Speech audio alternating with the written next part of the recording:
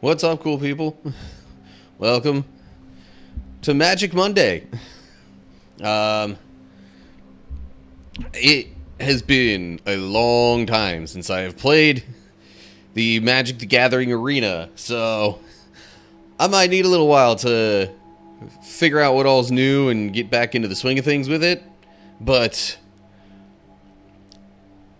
yeah, it's something I used to play quite a lot, actually. But then, like, job changes happened and other things going on with life, and so I just kind of stopped for a while. I've been playing, like, paper Magic the Gathering for a little while now, though. There was still kind of a gap in that, too, but yeah. It's not like I've completely lost track of how to play the game or anything. So, it's not like I'm going to redo the tutorial and all that. But I might see what's different in the arena from when I played it before. And, like, maybe... I don't know. We'll just see what happens. Maybe in future weeks it'll be less familiarizing and more just playing the game. But usually the way they teach you is kind of through playing it anyway. So, since that's kind of what's going on, I don't think I'm even going to take time separately to, like, try and run the one ad break any earlier than it would automatically trigger. Because I will mostly just be checking this out here for the first little while. This codex thingamajig here was not there last I played. There was a tutorial. Also, I hope it's not getting, like, too laggy or whatever in the stream. I keep seeing something in OBS saying that, like, encoding is overloaded. But I don't know if there's really much to be done about that. Unless I make this, like, lower video quality. Tell you what, let's just hop into something here and see what happens. Okay, so this just, like, explains stuff in, like, text rather than... Okay.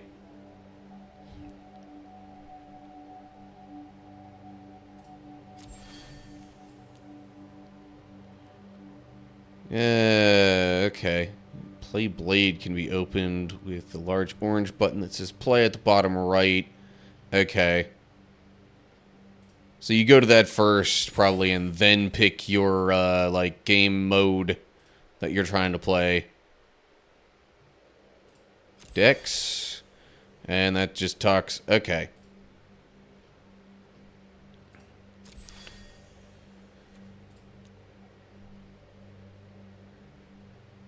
And then it breaks down the different formats and some of the, like, rotation of cards in and out of different formats.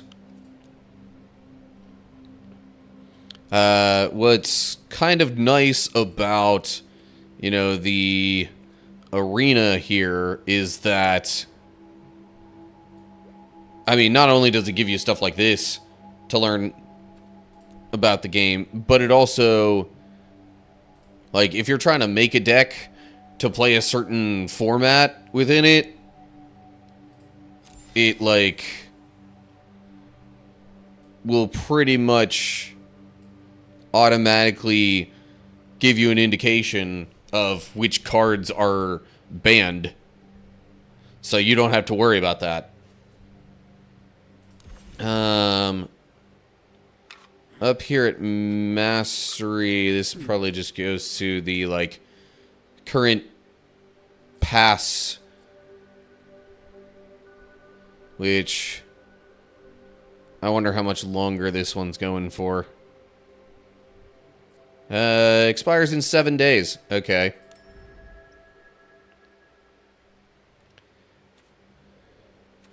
And as you go through this, you can, like, use orbs and stuff to get special art on certain cards. It's generally nothing, like, too... It's not like you're generally going to be breaking the game with getting a certain season pass.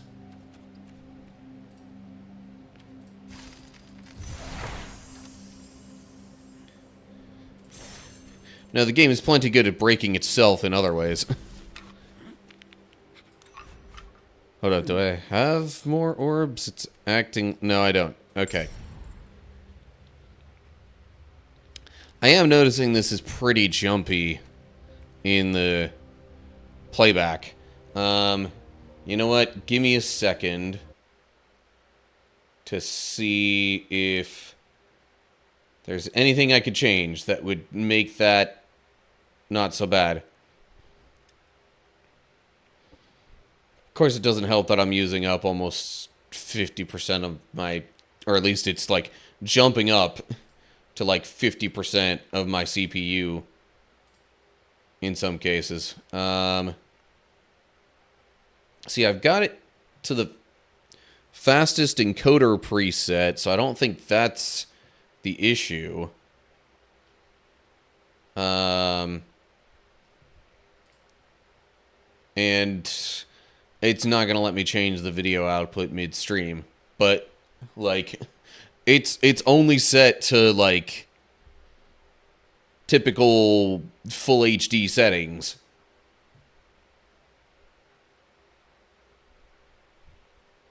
You know, like the 1080p or whatever.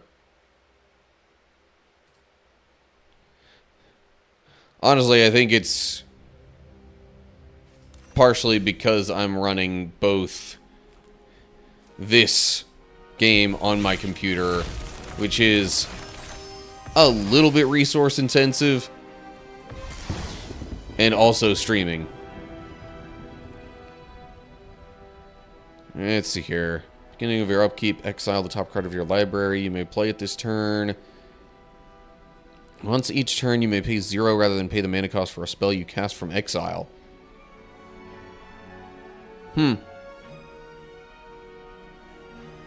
That's a handy combination.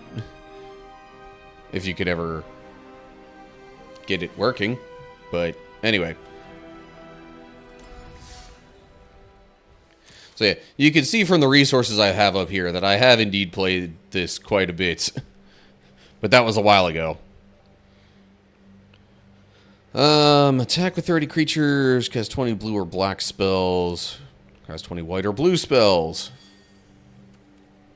Alright, since it's been a while, and probably any of the decks that I previously constructed... You can practice with me to start. Use the Find Match tab to try out a new format, or the Events tab to see both limited and constructed events. You'll find the color challenges under the Events tab. Events. Okay.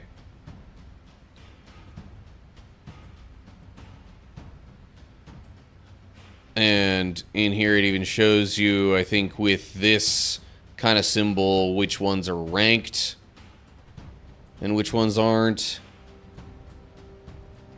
Okay, since I'm, like, just refamiliarizing myself with this, let me check out the color challenges. Okay, never mind. Those are not new. Never mind. I don't really need to do that. Let me... Doing some exploring? This is a great place for... Alchemy mixes things up. Like standard, it features the latest sets.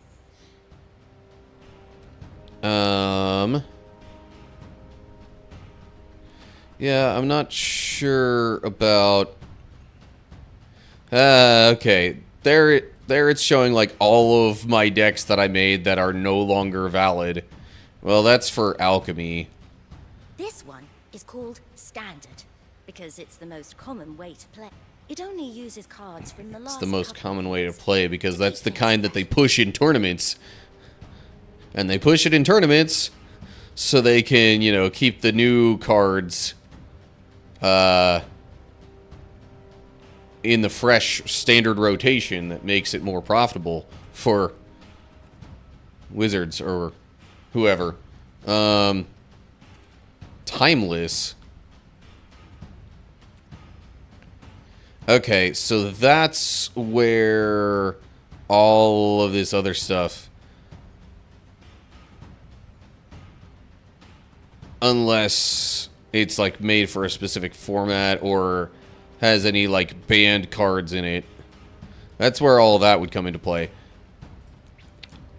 I think I'm gonna go with standard for now, just to like kind of focus on the newer cards.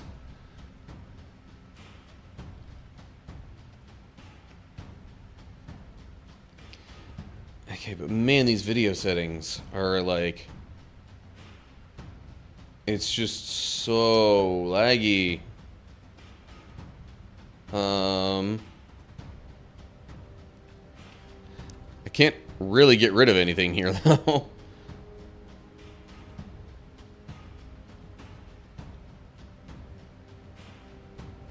And like I said, I can't, it won't let me change the video settings.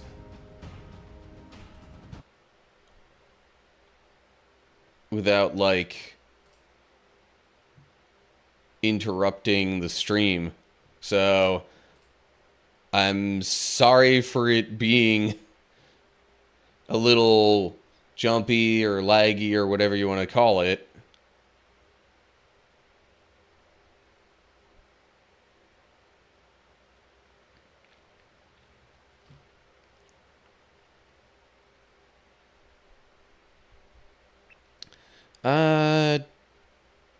Yeah, I don't really know what I would possibly fix in there, or what I would change to, whatever. Sorry about all that.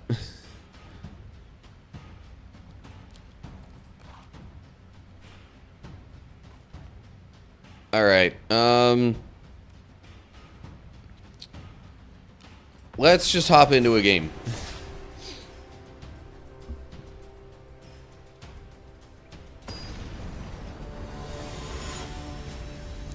Of course, there was a thing that mentioned blue and black spells, so maybe I should have chosen a blue and black deck. Let's see here. So that's 3 mountains that I have, which would at least leave this card playable. I don't really like taking mulligans too often.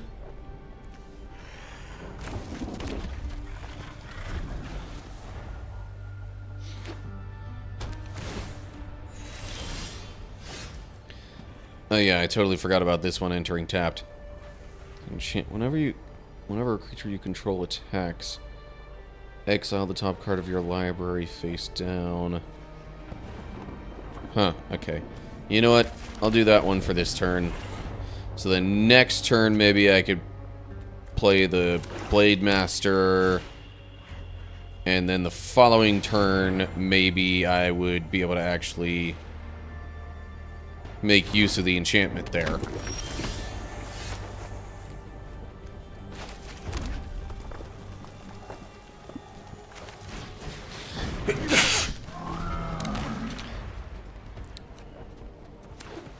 Pardon me. Oh, great.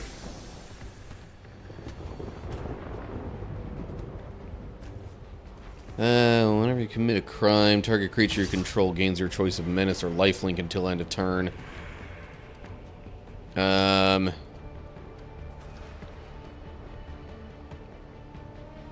mean, sure, I'll block.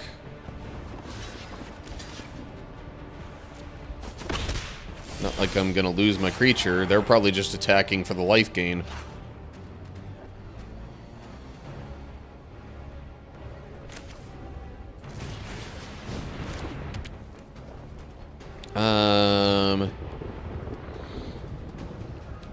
See, now it makes... At the moment, it makes less sense for me to attack, though, because of that creature being able to attack. And I'd rather be able to block the Apothecary there.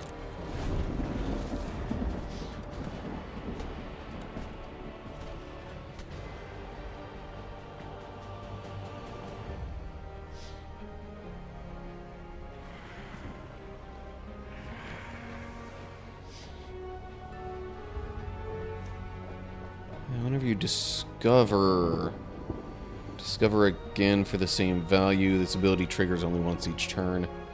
Sure, it would be nice if I could get a plains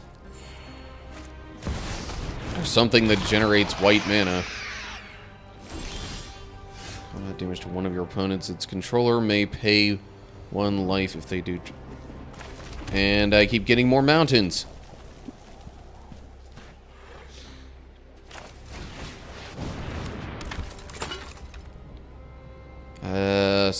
Still not gonna attack.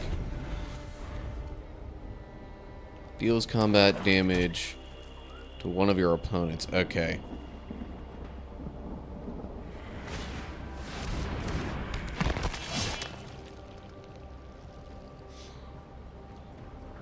So for those of you who don't know, some of these little symbols on here are like quick visuals to show you whether creatures have things like Death Touch or Lifelink or whatever. Different abilities like that.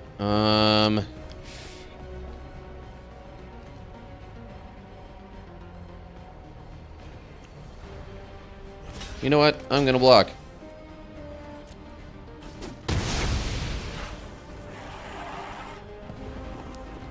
Okay.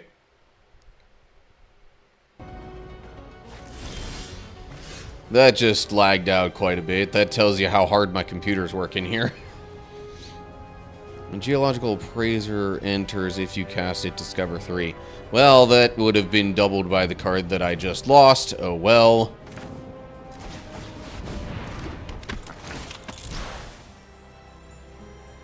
Can't even remember what exactly Discover does.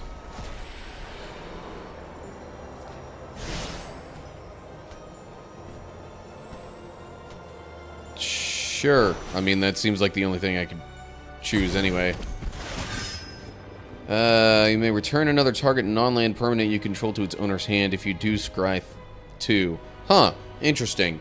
So I could just do this again on my next turn. Might be kind of handy, actually.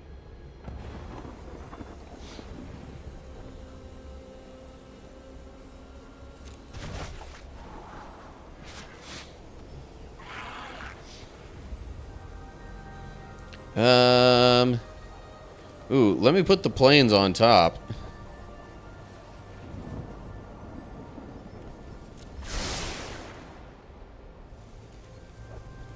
I will not attack. Thank you very much. Or another rat you control enters. Create a black snail creature token if you don't control a snail.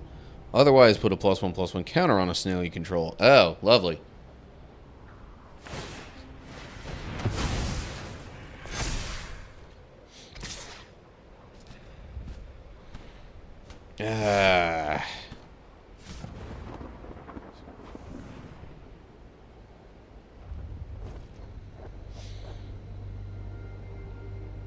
Do I really want to block that and lose both of my creatures? Yeah, I think I'd rather do that before it gets stronger. Especially since they're not being particularly aggressive. The plains, finally.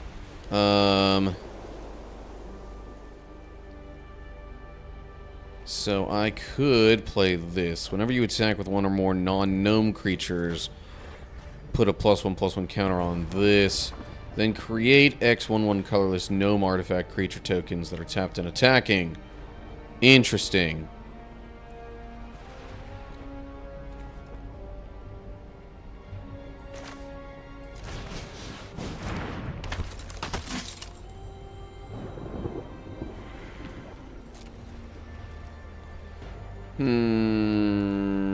But if I attack, they could just block with that.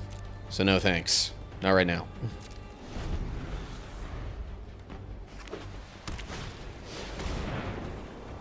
Whenever you commit a crime, exile up to 1 target black card from your graveyard and top.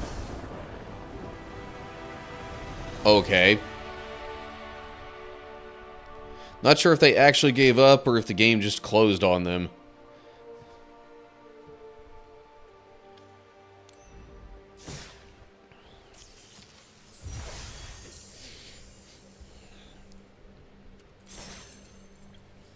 By the way, if y'all like, you know, what you're seeing from me, my live streams and videos and stuff in general, you could support me by doing the stuff that it says down below there. I've got a certain link to download the game Stormshot, which I'm partnering with for the month. So if you download the game through that for PC, then all you got to do is just play the game throughout the month, and when you reach certain stronghold levels and stuff like that, you'll help me out. That's really all it takes. So, especially if you're watching this on Twitch, if you want an easy way to get the link for that, just hit !Stormshot in the chat, or type !Stormshot in the chat. You can download that. I tried it out on Saturday, and it actually, like, was... I don't know. It was fun in a way. It definitely kept me busy. There was a lot to do in it. They want you to download it for PC. It does have a very mobile game kind of feel, though. Not necessarily that that's a bad thing. Just with, like, the city building type stuff, and then, like, branching off into different other kind of sub-games within that is really what makes it feel more mobile game to me. I'm going to take a mulligan on that one, because I'd rather not start with only 1 land. That's a little better. Okay, I'll keep 6. Target creature gets the creature gets an additional -3/-3 if you controlled a fairy.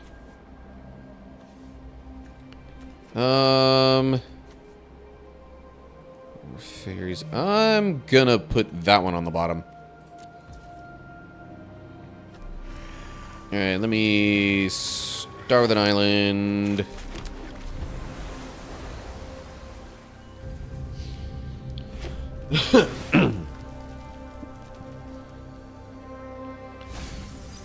So yeah, I'm not 100% sure what all cards... Anyway, now that I'm... Okay, brain back to magic mode.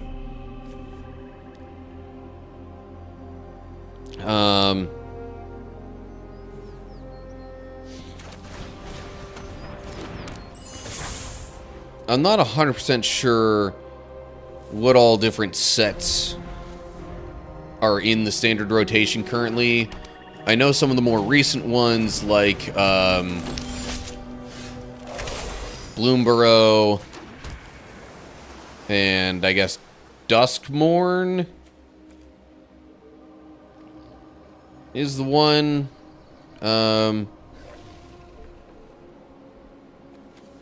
And I would figure Outlaws of Thunder Junction.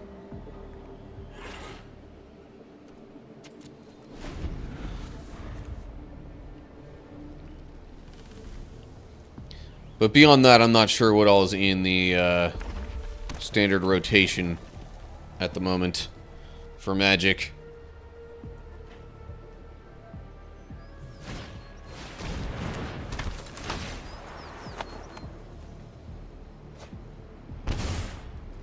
Okay, that one does not have reach. Good to know. Mocking Sprite. Instant sorceries cost 1 less to cast. Could be helpful. Whenever you attack with one or more fairies, draw a card, then discard a card. When you discard a card this way, put a +1/+1 counter on target fairy you control. Yeah, that sounds helpful. What to discard here, though?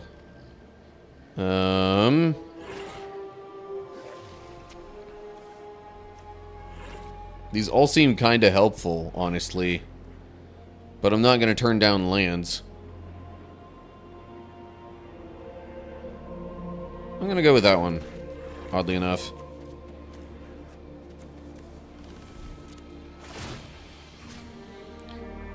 Now, which one shall I power up?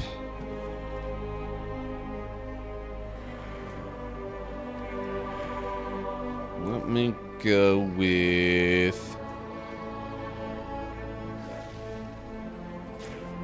Yeah, I think I'll keep boosting Italian's Messenger here.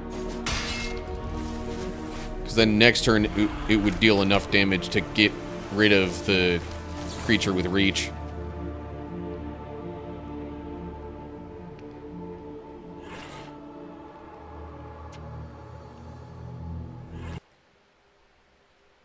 Oh, come on. Right. Sacrifice this artifact and draw a card. Well, pay 2, sacrifice the artifact and draw a card. Okay. There's so many different keywords in Magic the Gathering as a whole, though. It's a little difficult to keep up with it all.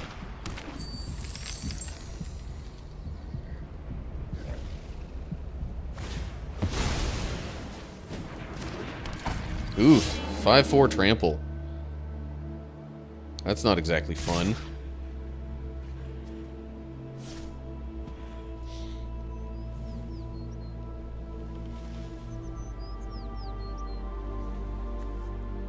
Instant sorcerer spells you cast cost 1. Right. Okay. Definitely want to keep this one alive.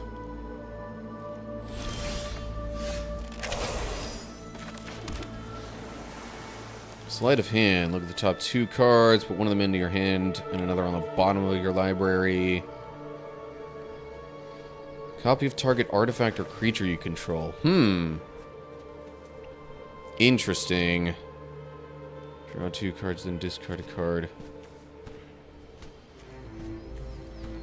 I might actually really want to play this.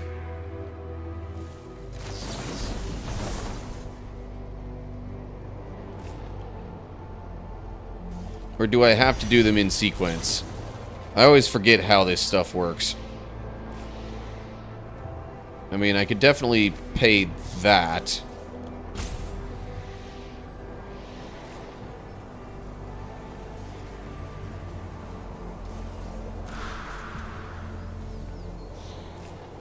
Copy Italian's Messenger.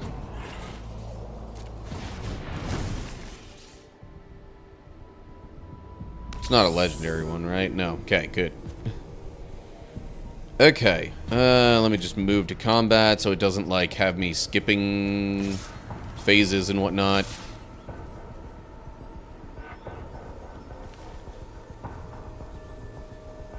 I don't know, at this rate I might just start attacking with all of my... Oh, it's 1 or more. So, never mind.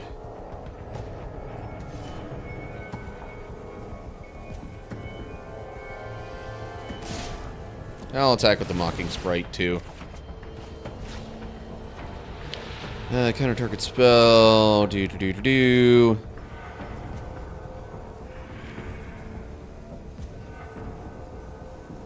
I'll discard that one. So you get a +1.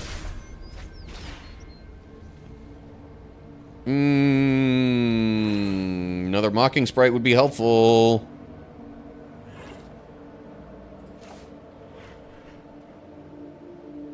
But so might a counterspell.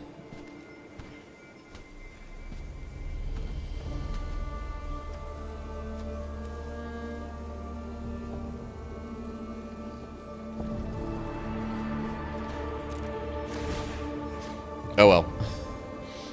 Going for it.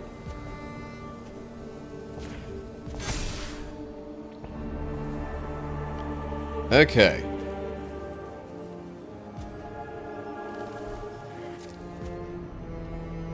Now we'll see how they block. If they block at all, which apparently they're not going to.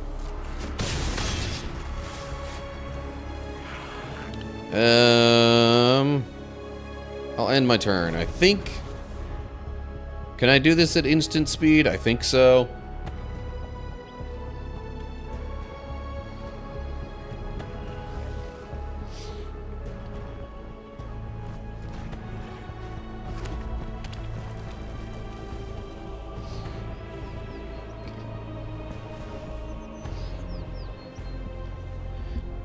Now watch them play something that'll make me regret the, get the discarding the counterspell.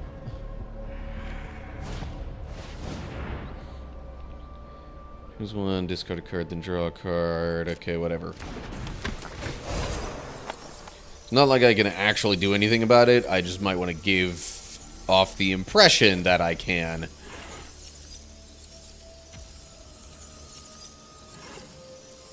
A wicked roll token.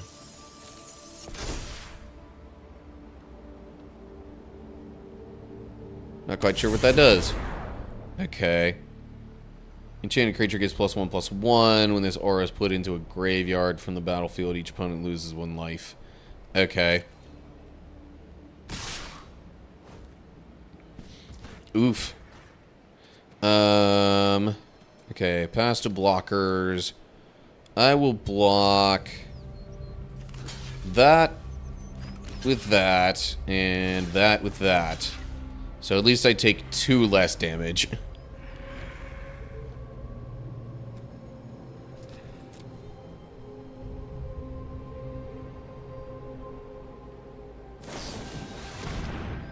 Oh, great. That's probably going to be the end of me there. Or maybe not quite. Oof. That hurt.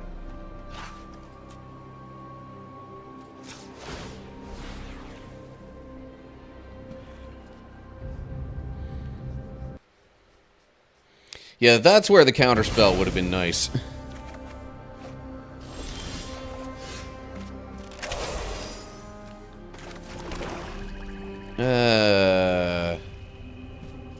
So, Fairy Dream Team. Well, I don't exactly want to lose a life right now.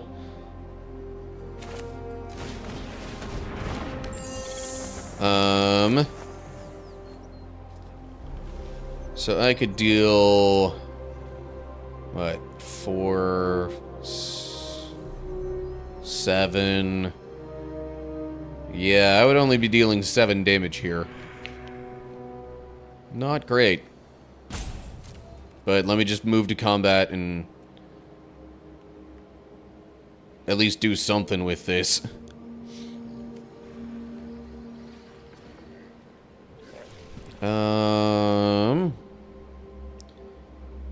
So they would both deal the same amount of damage.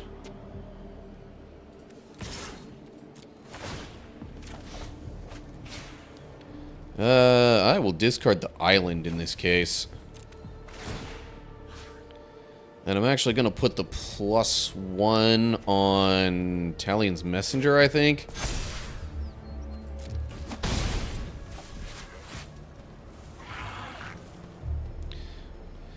I'm pretty sure at this point my opponent just needs to attack, and I lose.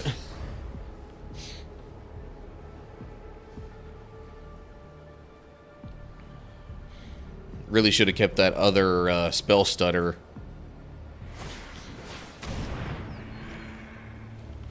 Whenever you commit a crime, exile up to one target black card from your graveyard and copy it.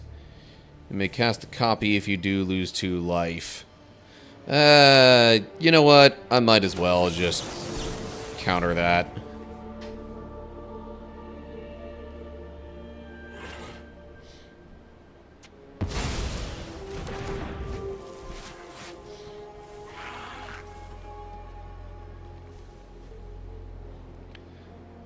Yeah. As long as they attack with everything, then I'm losing anyway. Because I don't have enough creatures to block all their stuff.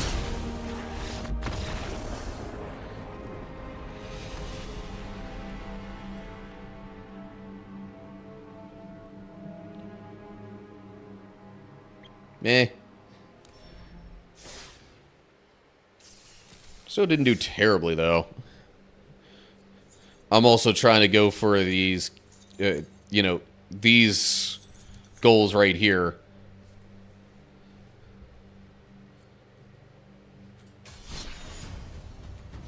So if I keep using this blue-black deck, that'll get me through those goals a little quicker.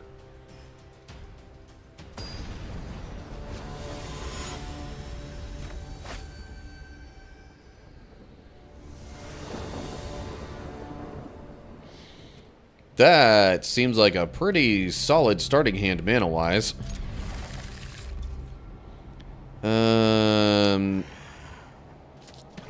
So that enters tapped. When it enters Surveil 1. I'm actually gonna go for playing this on turn 1. Sleight of... Put one of them into your hand, the other on the bottom of your library. That's not a big deal. I don't know if there's anything in this deck about having instants and sorceries in the graveyard. I have other things that I can do on the upcoming turns.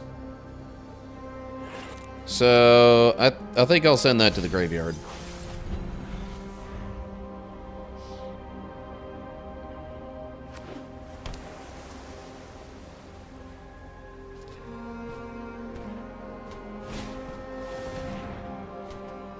Oh, I guess maybe they're using the same deck.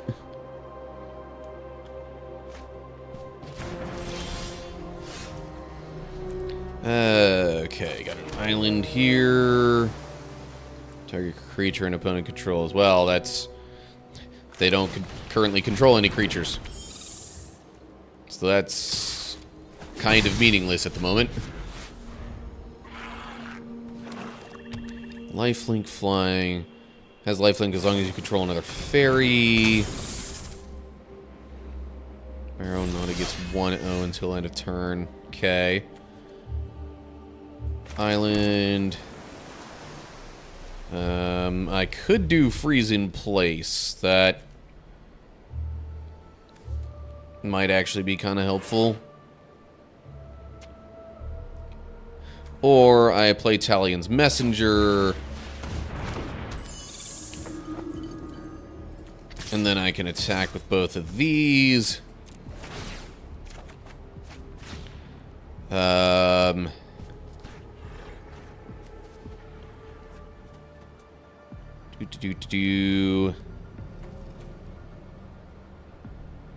mean, 3 steps ahead was pretty nice. Being able to make a copy.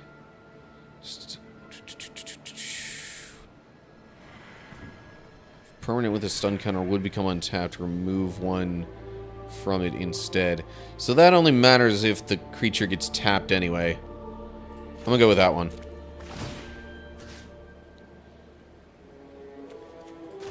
I'll beef up Barrow Naughty because more lifelink.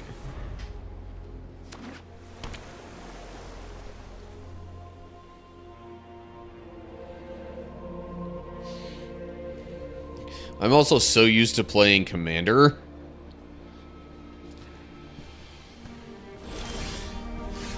These matches feel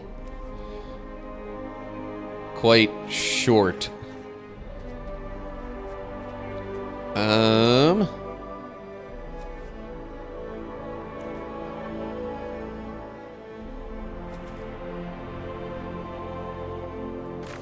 Let me go with this land for now.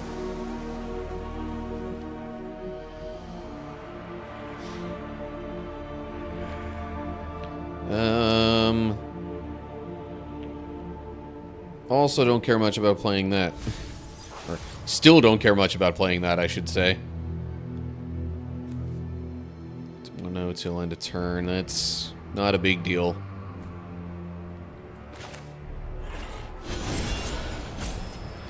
Mill 4 cards, then put an instant sorcery or fairy from among the milled cards into your hand. Sure, why not?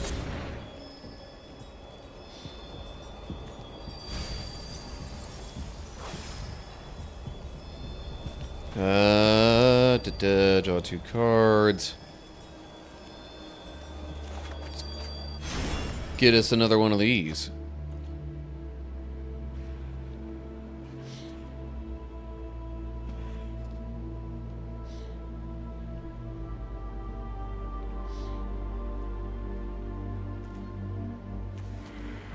Whenever another fairy you control enters, each opponent loses 1 life.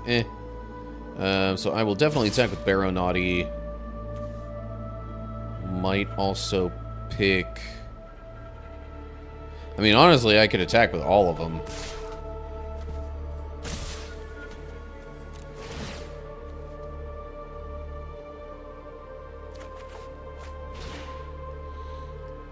Oof.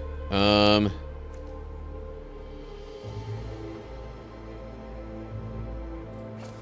think I'd rather discard that one out of all the choices.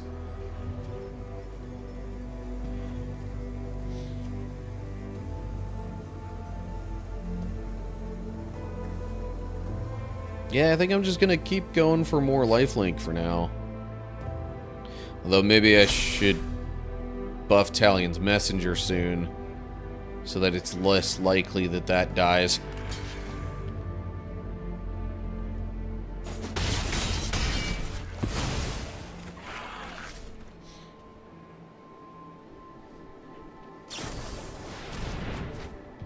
Oh, that was all they had?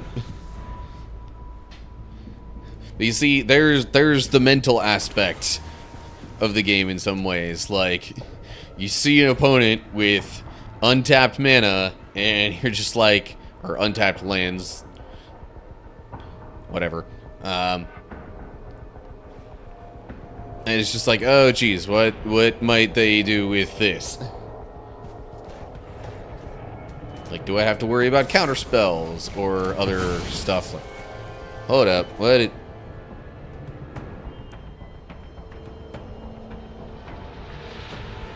It's an additional -3/-3 if you control a fairy. Ah, okay.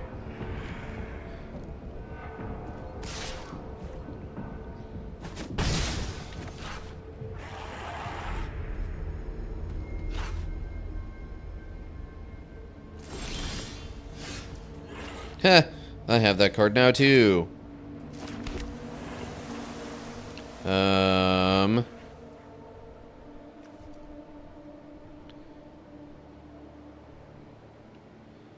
Right now, I'm a little more concerned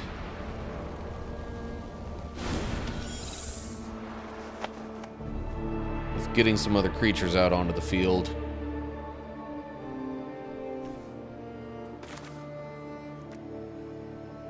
Yeah, sure, why not?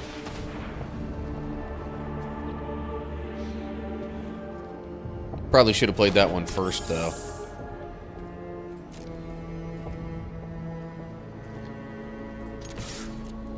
Because, like, then I would have had the mana to counter anything my opponent could have done to it.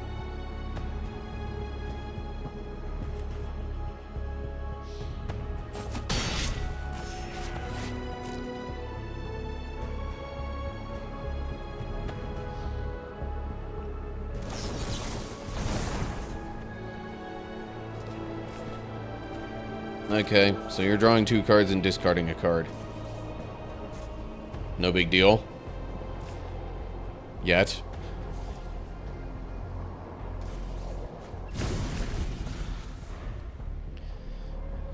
So yeah, like, I'm noticing a bit of stuttering sometimes on the video playback. I don't think it's too terrible, though. Tap target creature and opponent controls and put 3 stun counters on it. Oh, I didn't realize that that actually inherently tapped the creature as well. Alright, so there's 3 turns without that particular creature of mine attacking. Oh well.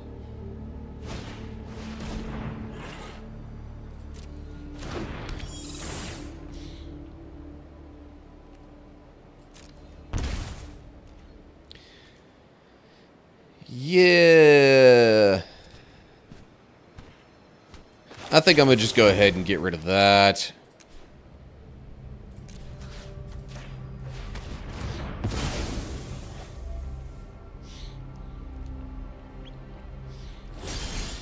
I don't need them also having lifelink. Draw a card and you lose 1 life. You know what? I have some life to spare. All that for another swamp. Oh well. Next. I'll have both of them attack, because why not?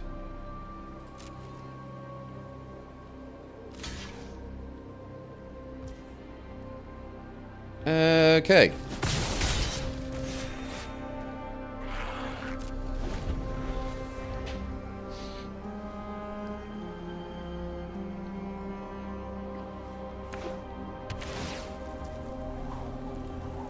It deals 1 damage to target opponent. Huh. That's a...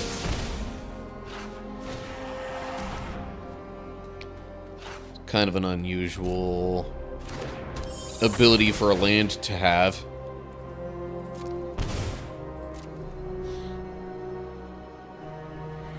Still not overly concerned about anything that they're playing right now. So I'd rather keep my spell stutter.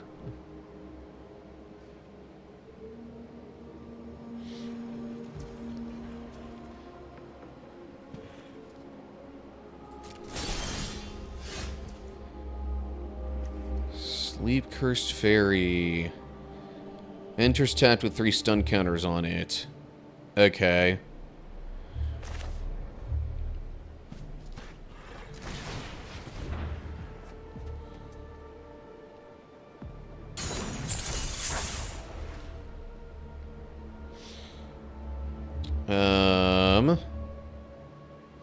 Might as well play a land for turn. Next. Attack.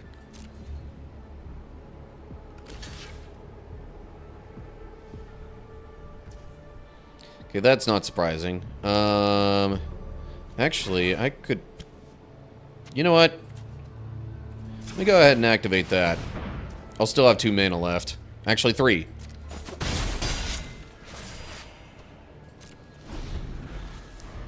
Really, I was more concerned with having 2 mana left.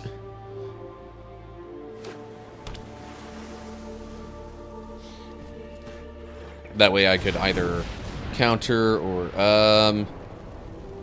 well, since you're gonna make me discard the card anyway, Spell Stutter.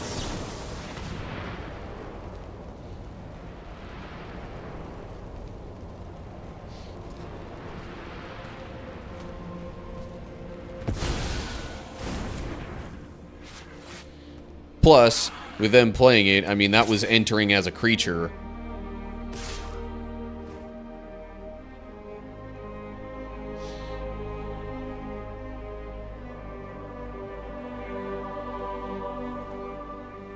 This turn, I think I'll block Fairy Dream Thief. Get that off the field.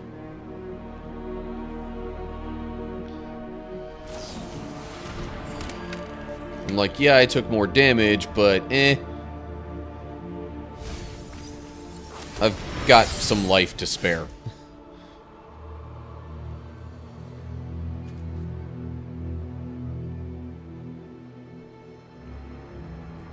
Sure, why not? Let's play Mocking Sprite. And actually, I can activate that. Oh, that just removes a counter from it now instead. Huh. Okay. Didn't realize that's how that would work. But whatever. No big deal, I guess. I mean, they know I don't have anything in my hand, so... Shoot, I'll activate it again.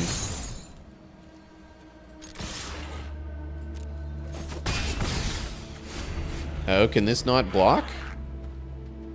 Oh, that doesn't have flying, that's why.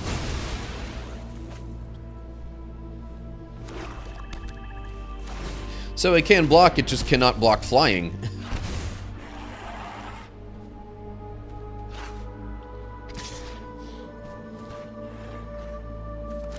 I mean, I guess that would also apply if it... Flying creatures can only be blocked by things with flying or reach. Let me just go ahead and attack.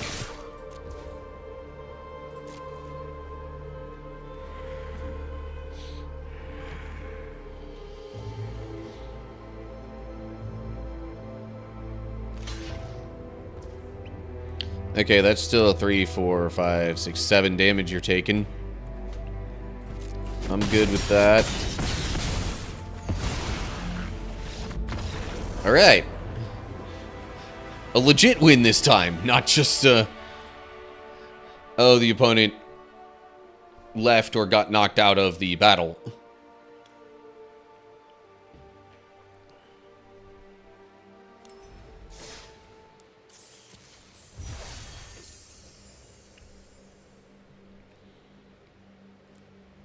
Claim that. I guess it's certain... Right.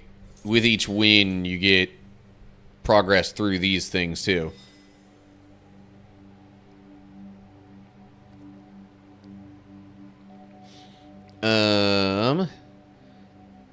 Tell you what. Let me go with the white and blue deck this time to mix it up a little.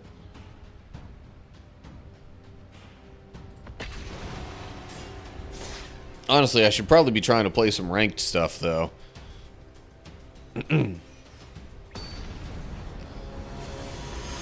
Because, like, you get rewards based on your ranks and stuff throughout each, like, season that they have. That seems like a decent enough mana situation.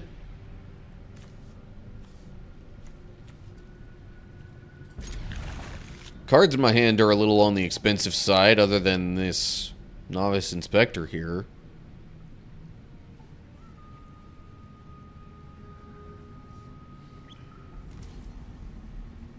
You know, I wonder if anyone has ever, like, played this against someone who's streaming and, like, kind of... And they were watching the stream at the same time, so they, like, kind of had an advantage in that way.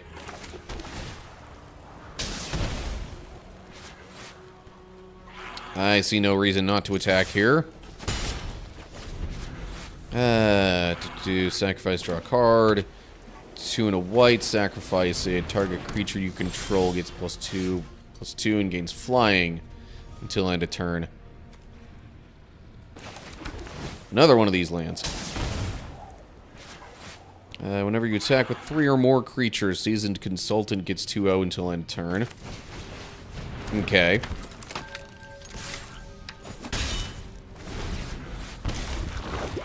Beginning of your upkeep, you lose a life and create a 1/1 colorless Phyrexian Might artifact creature token with Toxic 1, and this creature can't block. Player dealt combat damage by a creature with Toxic also gets poison counters. Okay. Corrupted. As long as an opponent has 3 or more poison counters, creatures you control with Toxic have lifelink.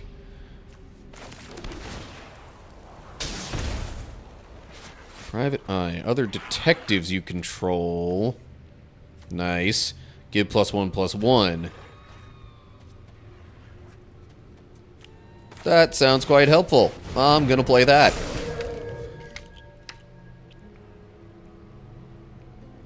And I think I will attack with both of my creatures here.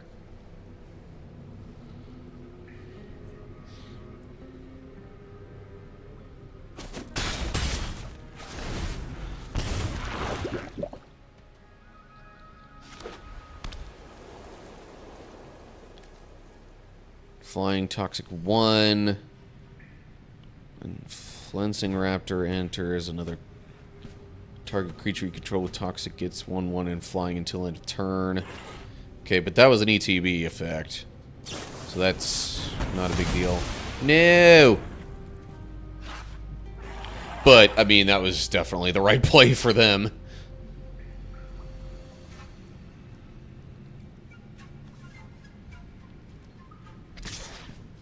Enters, investigate twice. Sacrifice an artifact. Gains your choice of Vigilance, Lifelink, or Hexproof until end. Oh, hey, look at that. Another Private Eye. I could also play this. Flying Vigilance. When granted witness is turned face up, you may tap or untap target creature. You may cast this card face down for 3 as... Oh, okay.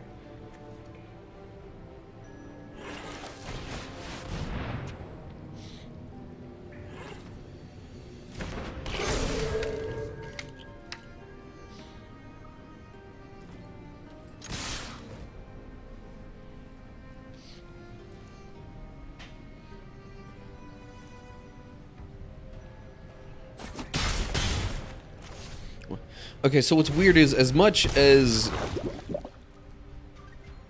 things might be kind of, like, stuttering a little bit with the video, I have not dropped anywhere near as many frames as I have in some other streams where it seemed like it was going smoothly. So, I don't know, man. This... That... I guess really that just tells me that a lot of the dropped frames that I have in my streams tend to not be because of my computer, but because of my internet.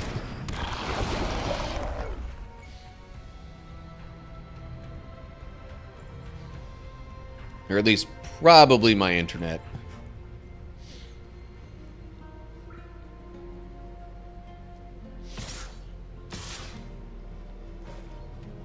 Why not attack with the flyer?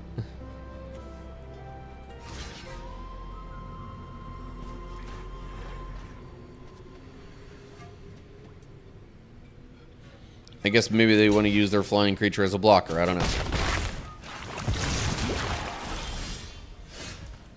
Magnifying glass. Okay, so that gives me an extra mana source, I guess. Which... Okay, doesn't it say... Oh, it's 3 to cast it face down. Gotcha. Okay. And I'm gonna go to combat now.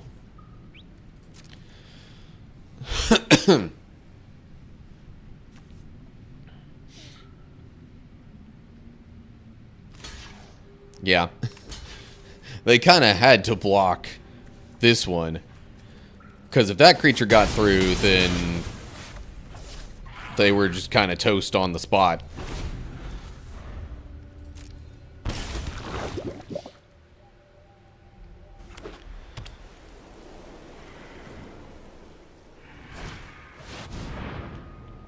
As long as an opponent has 3 or more poison counters, Apostle of Invasion has double strike.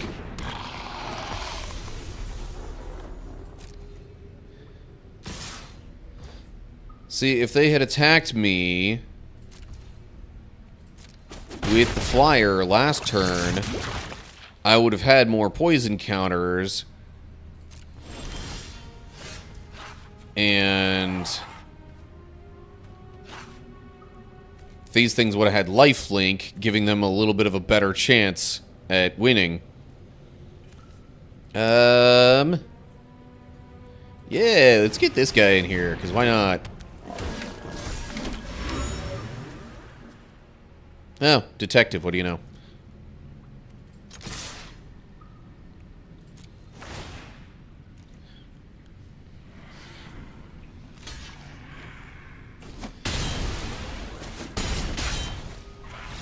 I'm like, losing the creature was unfortunate, but, worth it for a win.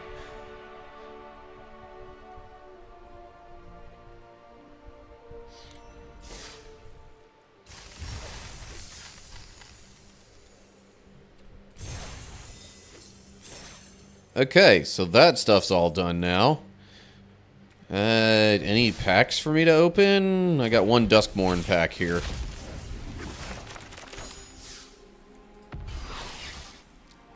Leyline of Resonance, isn't that one that they said was banned or something? Whenever you cast an instant or sorcery spell that targets only a single creature you control, copy that spell. Maybe?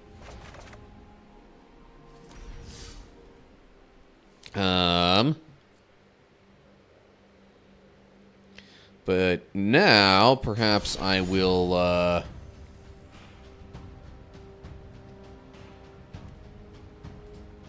move on to a different match type. Maybe something ranked. This is your rank. After each victory, it'll improve. The competition can be fierce, but rewarding. You'll earn rewards based on your highest rank each season. The higher the rank, the better the reward. You can check on your rank in the profile, too. What's with the exclamation mark there? Whoa, hello.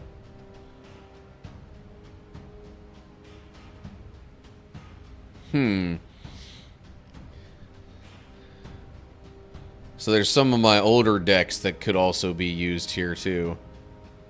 But I think most of those were like precons anyway.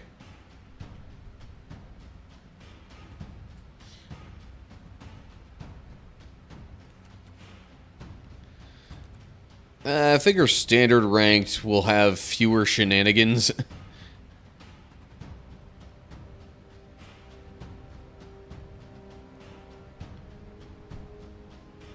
Actually, okay, before I dive into that, I think I'm going to go ahead, take a little bit of a break, because Twitch ads are about to kick in anyway. I'll just start that early, if it'll let me, and then come back a little bit after that. So, Twitch folks, see you on the flip side. Actually, everybody, I'm taking a little break. See you when that's over.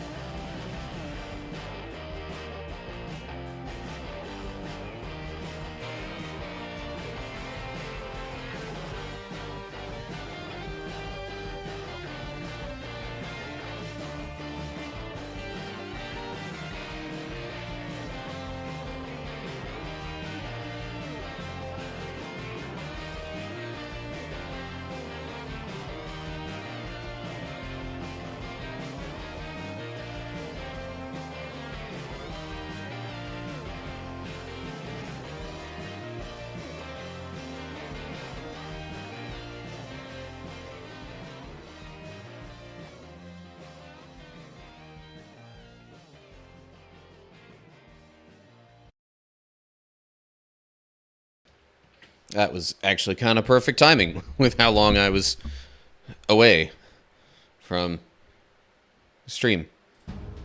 Okay, let's hop back in here. Except now we're doing ranked stuff. Yeah, let's kick it off with standard ranked, just to familiarize myself with some of the newer decks and mechanics and whatnot.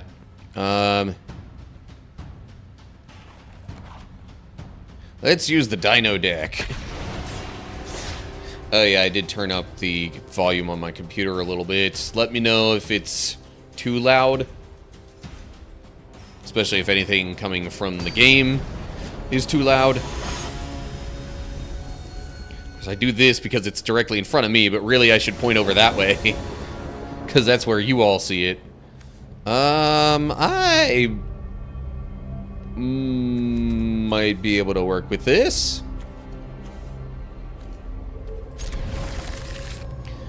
Oh, jeez. There's another Galta variant. Interesting.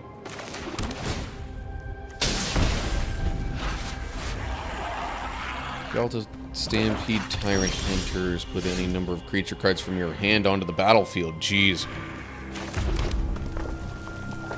But that's going to be quite a while before I could even maybe play that. Oh, it has haste. Enters, you may pay 2 when you do. Target dinosaur you control deals damage equal to its... There were no other creatures on there anyway.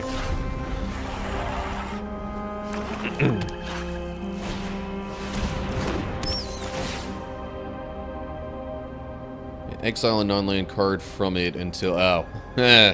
Okay.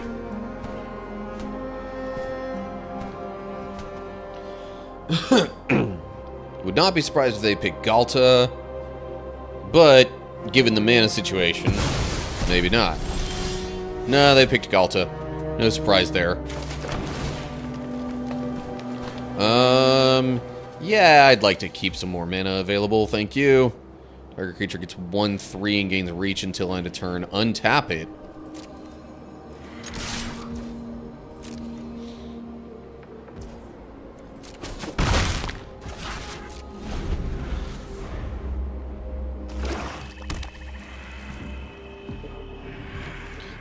Tell you what, I will turn volumes down just a little bit. Destroy target creature. Dang it! Well, my leaping ambush is kind of irrelevant now. Oh, yeah, I forgot I could press spacebar to pass priority and stuff. Reveal the top 4 cards of your library. You may put a creature in or into your hand. I'd rather play this for now. If you do, or if you control an... Well, sure. I'll reveal that to gain 3 life.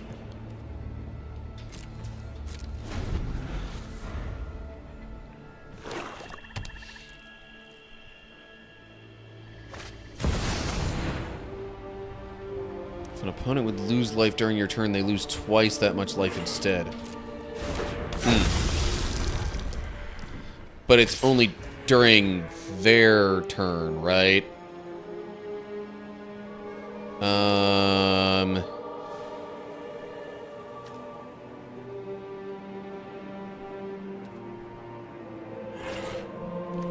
Should I play it now?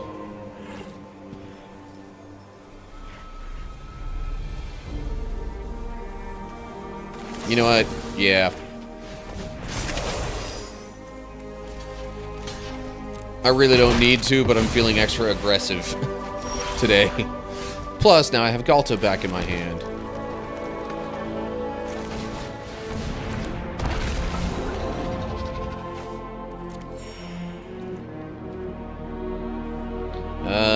If I attack, they could just block it, so no thanks.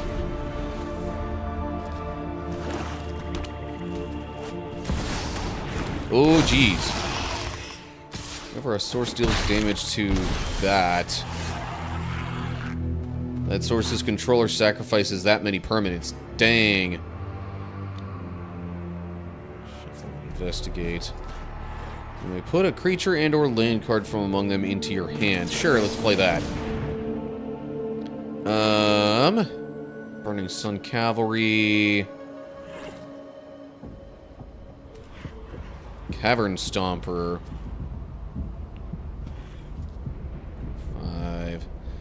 It's only 5 though. And I need 6 for it.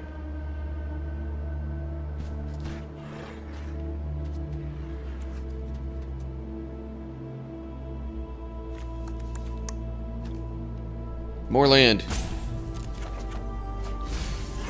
Work my way just that much closer to being able to play that. Being able to play Galta. Get your library for a basic land card. Put it onto the battlefield tapped. Probably another forest. Green is definitely more helpful in this deck.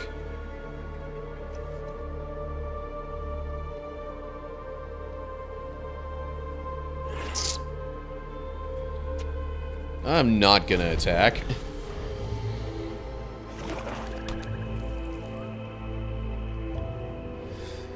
So I guess the problem is, if I block Phyrexian Obliterator,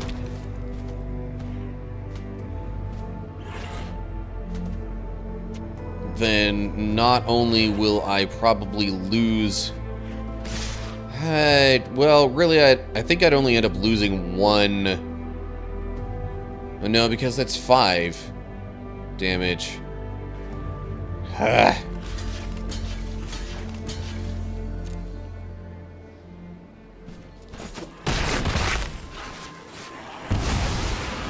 Why are you saying good game? It ain't over yet.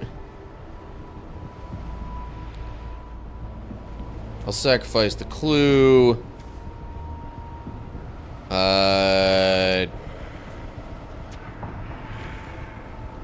Probably the Armored King Collar, just because I don't want to get rid of...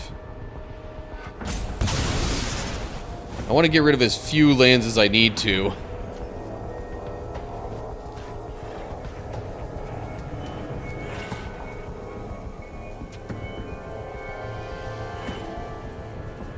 It's still 3, though.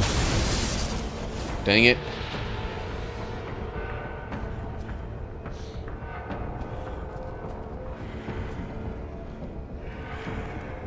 It's...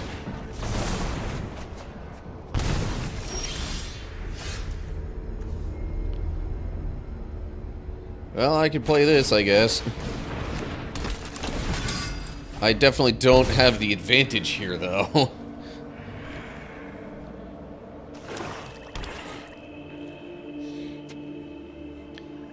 After all those lands I was working towards. Ah, come on. Oh, great.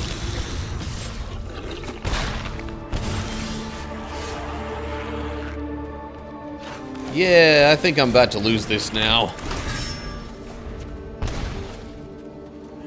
Alright. That's a good game kind of situation. Because even if they didn't do that, I wouldn't be able to block, and... yeah, I'm like, all that damage dealt gets tripled, essentially. Or quadrupled?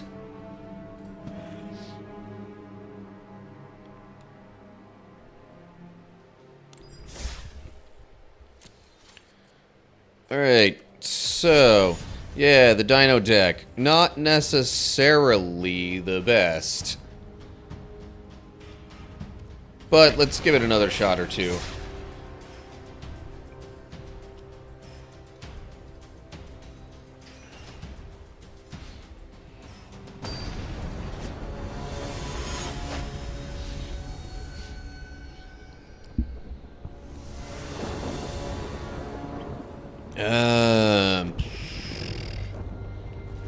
May reveal a creature and put it into your hand. Okay, only because of that am I thinking I'll keep this hand. The fact that I have 2 of these Commune with Nature cards.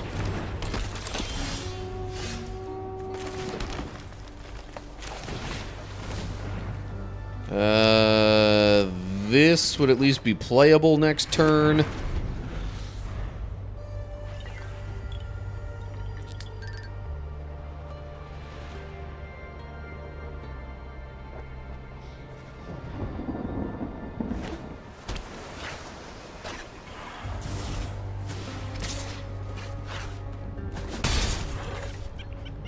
Whenever an enchantment you control enters, and whenever you fully unlock a room, put a +1/+1 counter on target creature.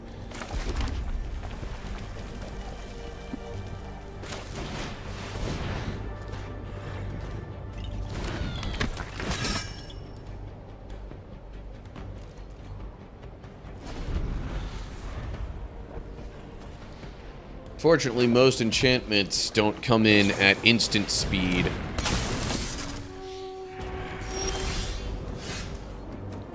So, like, I wouldn't have to worry about too many shenanigans with that just happening kind of unexpectedly.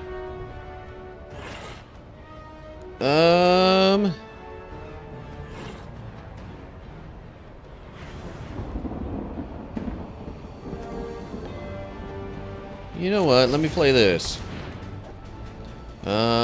Which one of these do I want? Ooh. You do target dinosaur you control deals damage equal to its power to another target creature. Oh, you don't control another dinosaur. Ah, okay. That's still a big creature.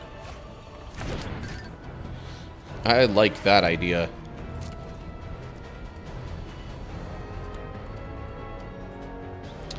I'm not gonna attack so as to not make it obvious that I have something in my hand that would buff my creature.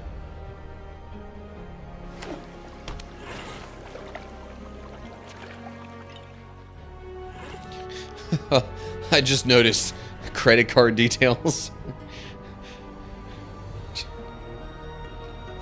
Interesting username.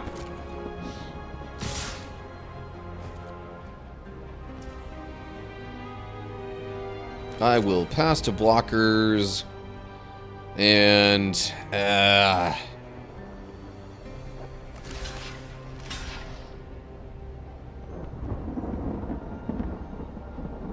do I make it that obvious? They probably have a counter spell too. You know what? I'll block this one. Long term, that's the bigger problem anyway. Oh, hello. Whenever a creature you control deals combat damage to a player, draw a card. Okay, so I'll let that resolve. They're putting a +1/+1 there. I also get to draw a card. Okay, just so I do not lose my creature here.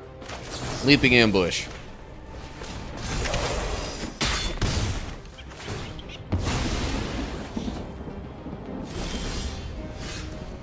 Another land. Helpful. Or two at the beginning of your first main phase. Add that. Interesting. And quite helpful. No, I will not attack. That would be kind of pointless right now. Actually, maybe I should have played the Pugnacious Hammerskull first.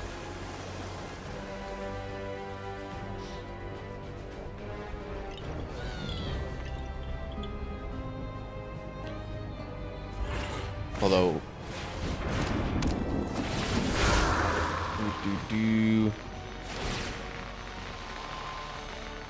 Okay, so now they're exiling the hulking raptor.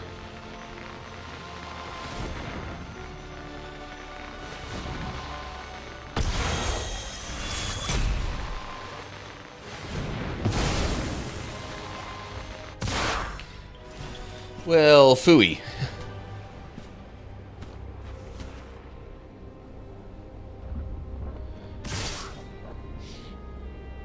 I guess I also can never be too sure if these people are using precons or not.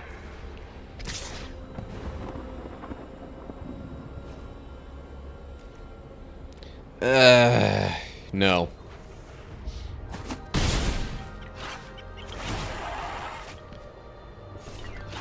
Whenever a creature deals combat, whenever a creature you control. If it was Do...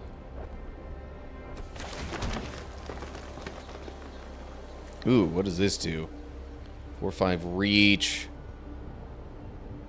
Panicked Altasaur deals 2 damage to each opponent. Handy. But...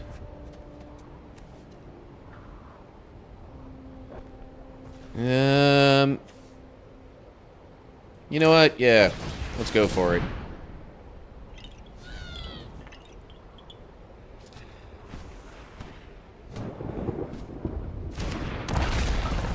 Like, I hope they don't... I would hope they don't somehow have a 1-cost counter spell. That would be just... like... not much to do about that.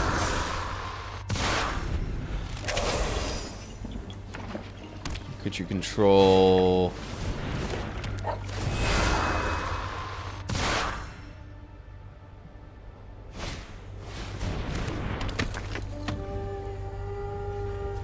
Okay, so that really just gives +1/+1 long term. But I guess the turn that enters, it also gives the creature hexproof. Oh, geez, that flying... that flying could be a problem. Well, although I have a creature with reach, so not necessarily. Ugh.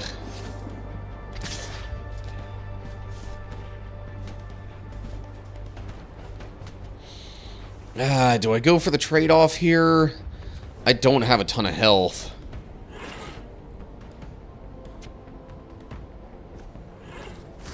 Feel like I kind of have to.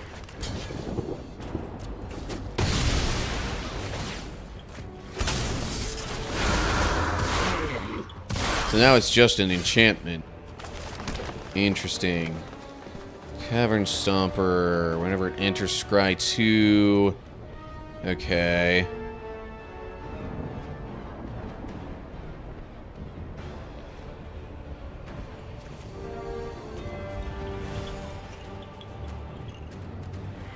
Or I can play this for now, and this. Well, phooey. I mean, lands aren't necessarily bad, but... like... could have done with some other options.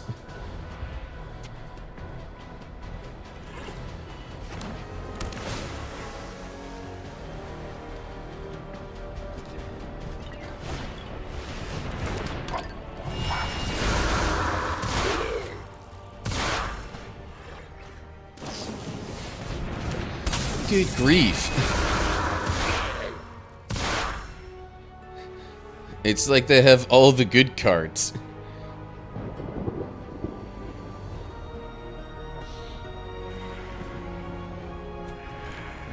Blocks while you control another dinosaur. Well, I have a dinosaur there.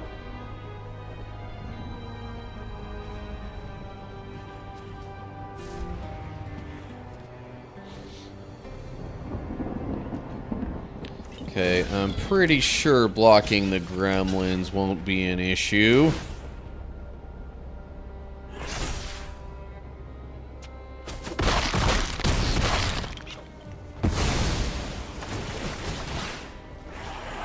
I'm like, unless they have something where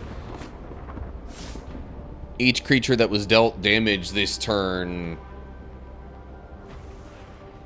is killed or exiled.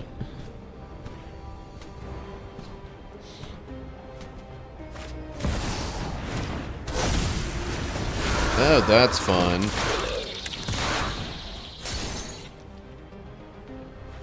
And now they've got 2 flying tokens. Yeah, I don't think I'm winning this.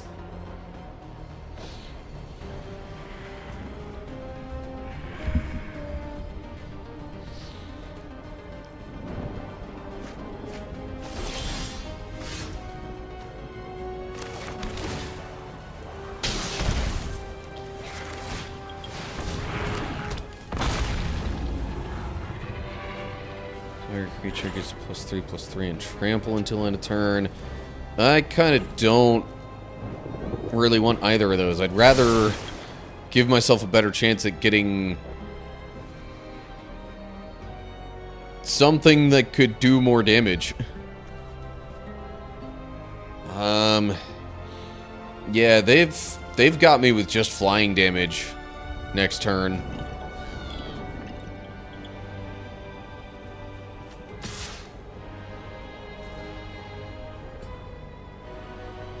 Might as well attack with something, right?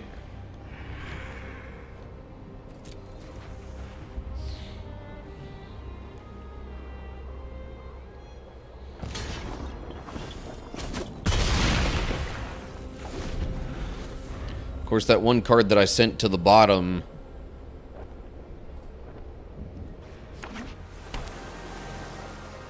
No, it's just target creature, okay. Yeah... If that was all creatures, that would have a notably higher cost and would maybe be the only thing that could have helped me win in a situation like this.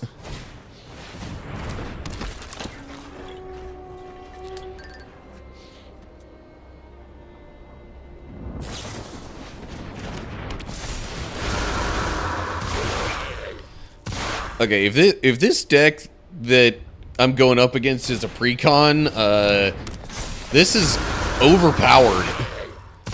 Either that or they just got extremely lucky and got literally all the right cards.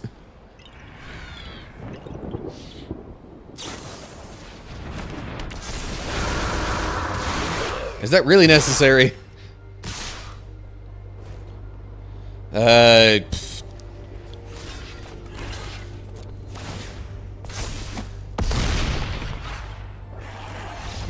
Oh, and first strike.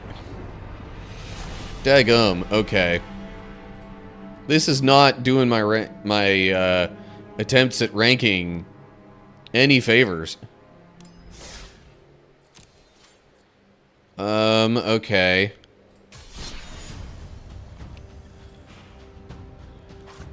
Let me pick a different deck then.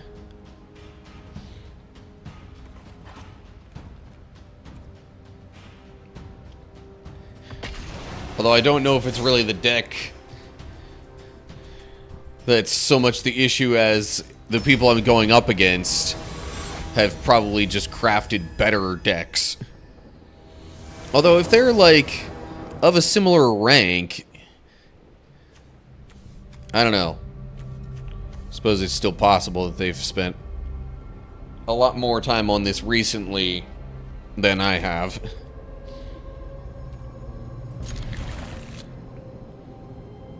Just maybe not playing ranked.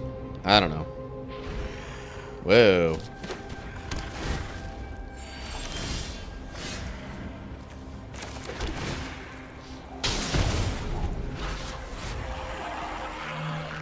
Alright, well, I've got 3 cards that each cost 3 mana. Make that 4. So it's gotta be a second before I can do much. I can cast a dinosaur spell or activate an ability of a dinosaur source.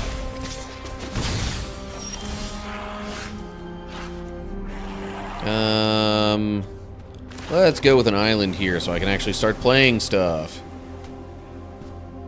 Create a map token. Search your library for a basic land card or desert card. Reveal it, put it into your hand, then shuffle. It's 1/1 for each desert you control. Ah, interesting. Any deserts in here? Oh, Lush Oasis counts as a desert. Interesting. Okay.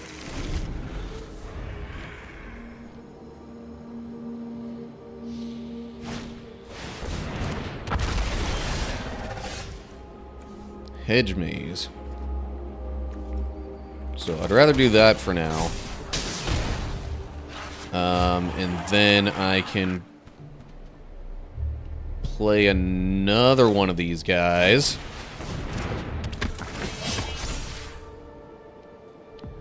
Look for that other Lush Oasis.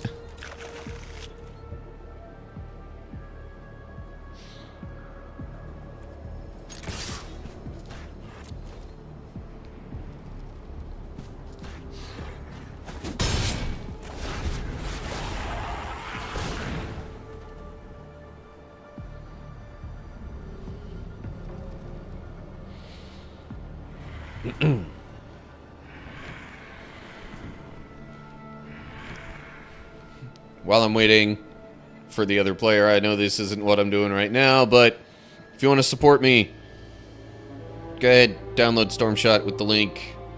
If you're on Twitch, just type exclamation Stormshot into the chat. It'll give you a link to download the game. Even just downloading it, I think, helps me out.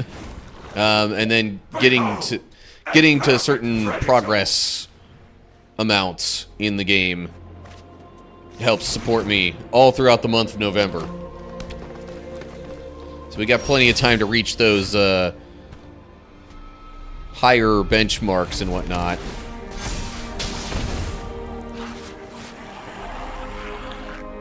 And that's when it really starts kicking in, so to speak. Search your library for up to 2 basic land cards and/or desert cards. Put them onto the battlefield tapped, then shuffle.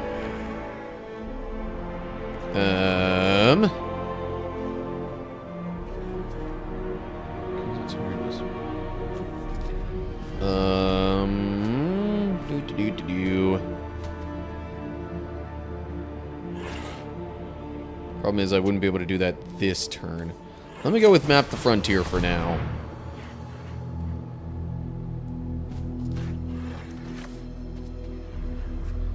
Since I don't think I have any other deserts left, I'll just go with those 2 lands.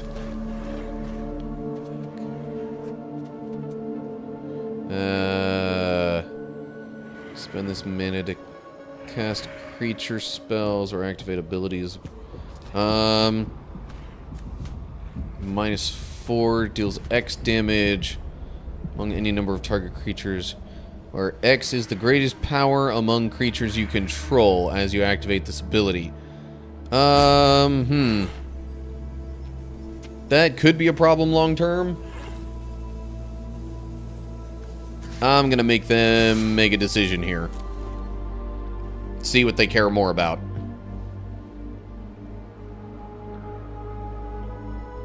I mean, they can just block with the token, I guess. Or that. Either way.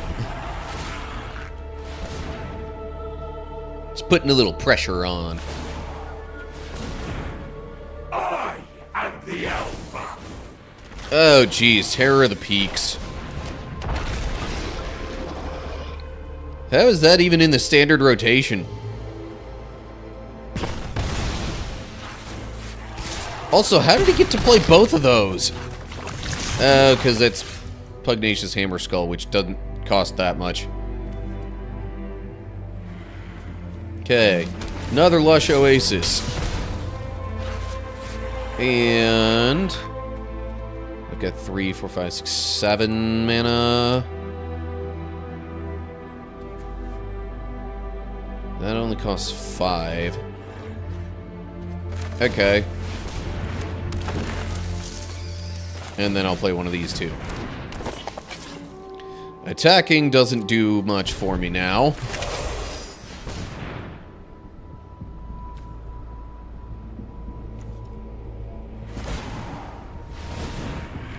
Every 4, 5, 6, 7, 8.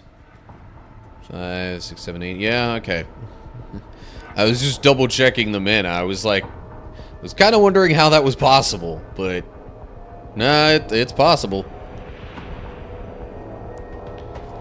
And now he might start playing even bigger stuff. Probably would target the Cactarantula. Cactarantula. It's like tarantula, but cactus as well. Well, phooey. You may draw a card. Sure. I'll draw a card.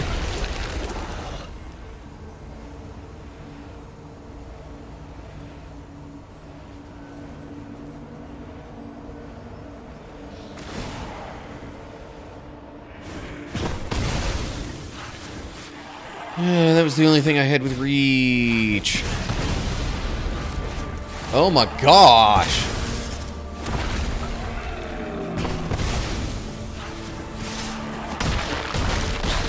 just too much damage being dealt here.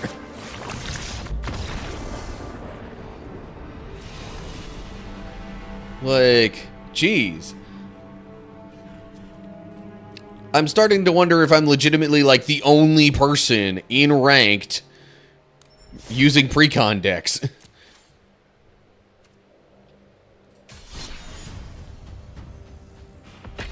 Were it not for the tons of damage that they managed to get out there so early, just by playing creatures, because of flippin' Terror of the Peaks, I might have actually done okay in that battle.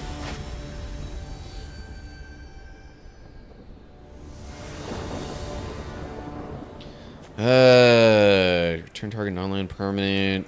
If you control it. You play an additional land this turn. That doesn't help me. Doggone it. I hate taking mulligans, though.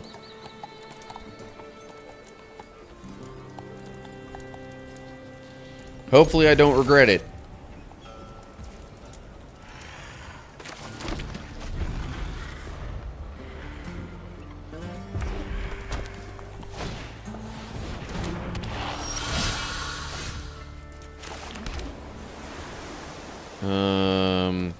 That doesn't matter. Whenever you attack with one or more lizards, Hired Claw deals 1 damage to target opponent. Tell you what. Go away. Yes, I realize I'm only delaying things, but sometimes delaying is all you need to do until you get that one card or two that really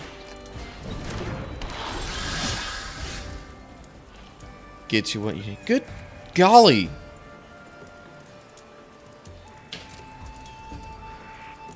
And now I regret not taking the mulligan because, like, I'm not getting any other lands.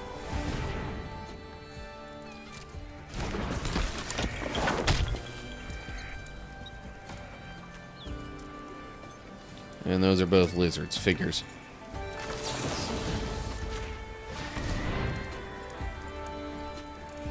I don't know. I'm really just stalling here.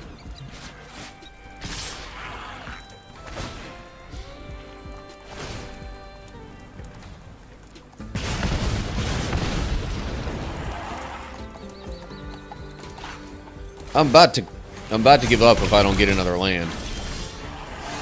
Doggone it.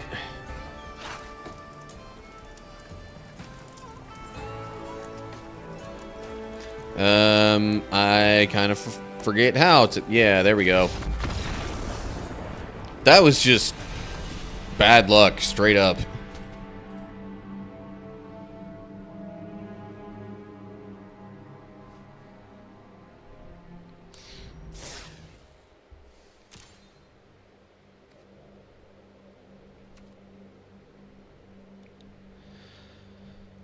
Like, should I try and put the effort into making my own deck?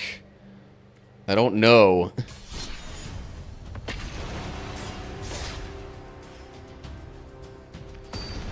I mean, really, I probably should. It's just I don't even know if I currently have enough good cards within the standard rotation to justify it.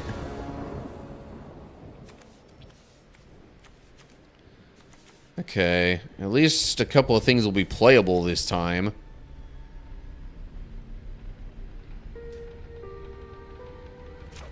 And I'm drawing first.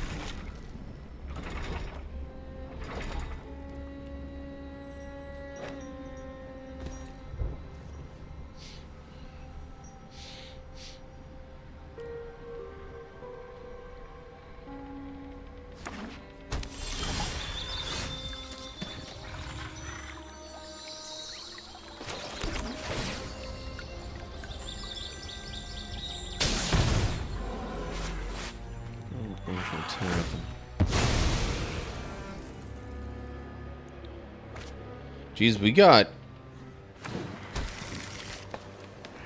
Throne of Eldraine stuff. So, shoot, I guess the standard rotation is still even going back as far as decks that were new when I stopped playing. Or sets that were new when I stopped playing, I mean. Search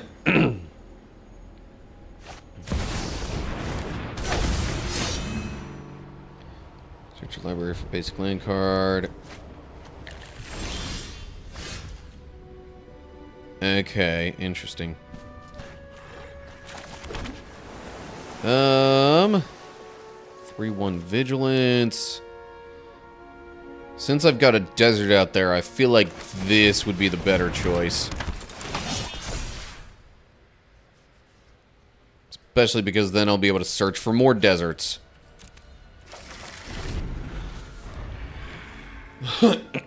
Man.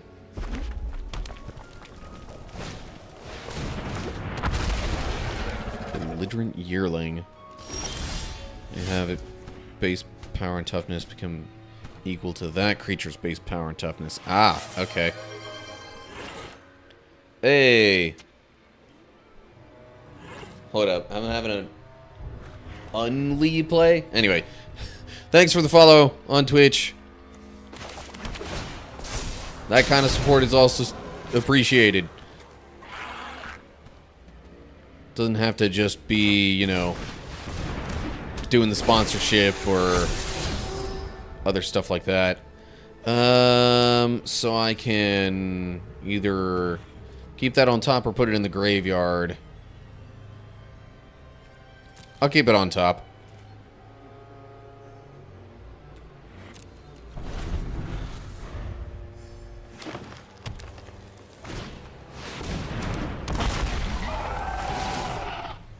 Oh yeah, and if I didn't make this clear enough, like, Twitch follows, YouTube subscribers, all sorts of other stuff like that is also counting toward my, you know, extra days of not shaving after this month. Do I want to block this guy? I mean, it would essentially be a trade-off, but then they would get to choose which one goes away.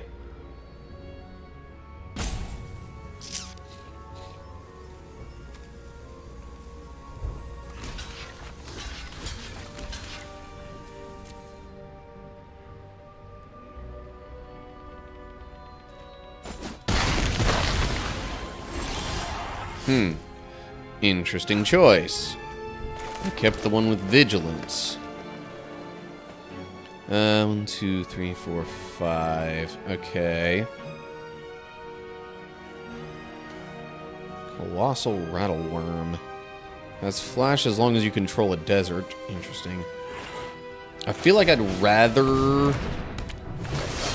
play this. I don't know what the map token does. Target creature you control explores. Activate only as a sorcery. Huh.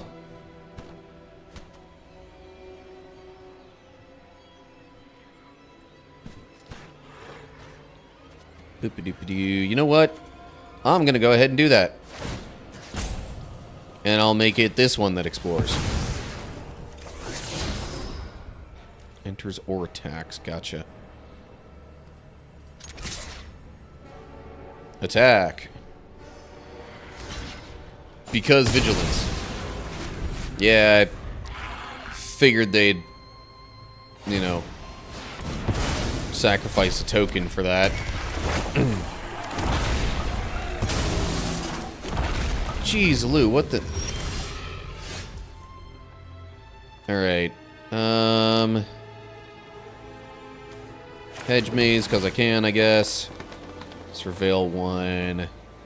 Enter Surveil 2.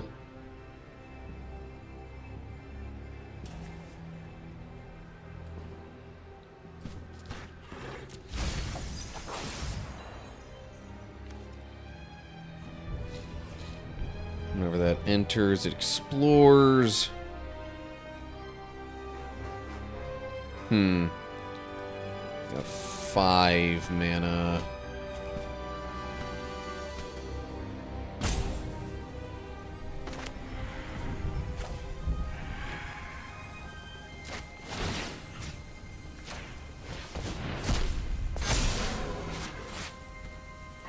Okay.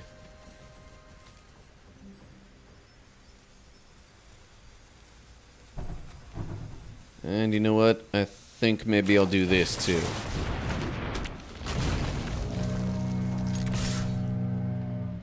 You could dual block with the tokens, which would be kind of annoying. No attacks this time. Creatures get tap at one of those colors. Okay. Good grief. Player exiles cards from the top of their libraries until they exile a non-land card.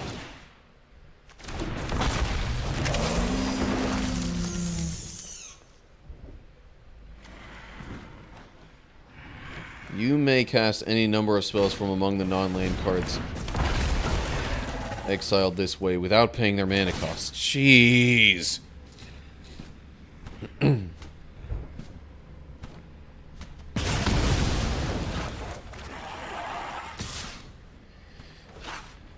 That thing has haste? Man. The combos that, like, everybody else is pulling off here.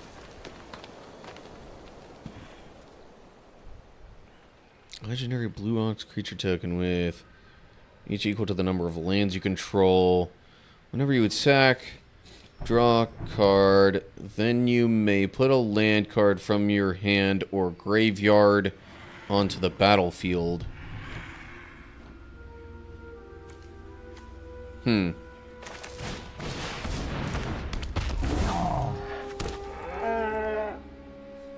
Hey, I've got a 7/7 now.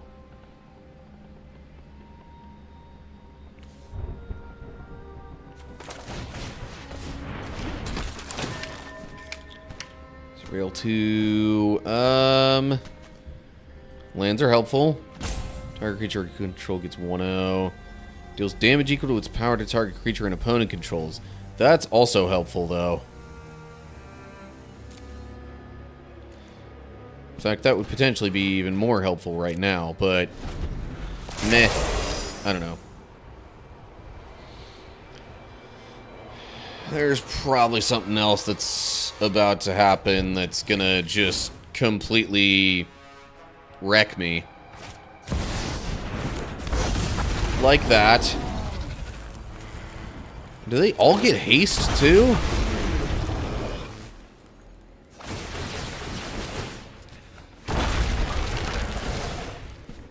Daggum.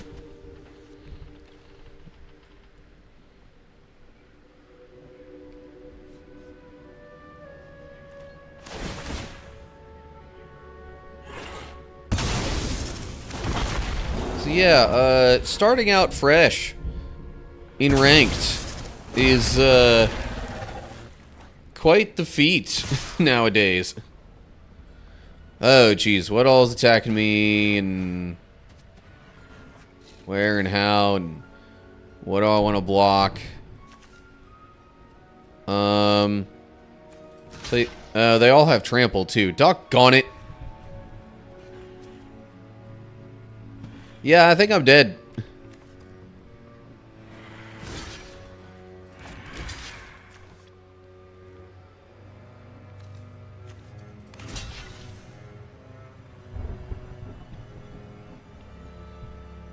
I don't know.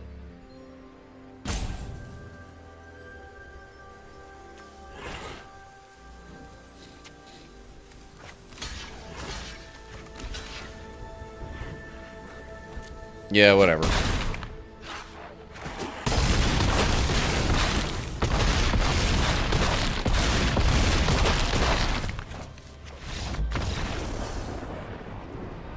Just, ugh.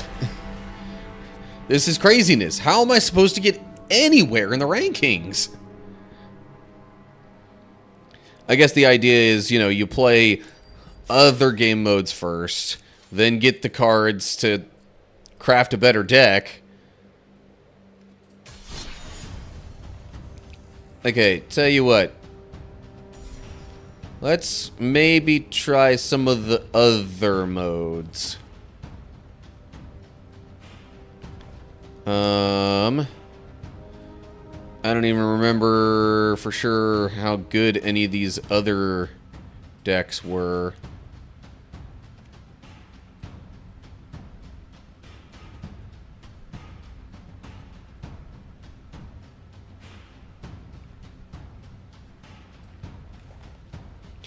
I feel like Historic is going to be even crazier. But we'll see.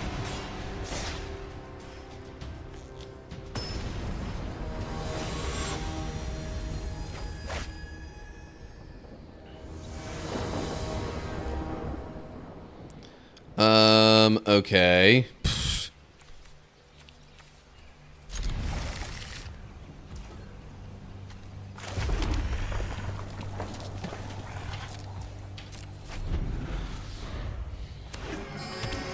Not having any creatures is probably not doing me any favors, but oh well.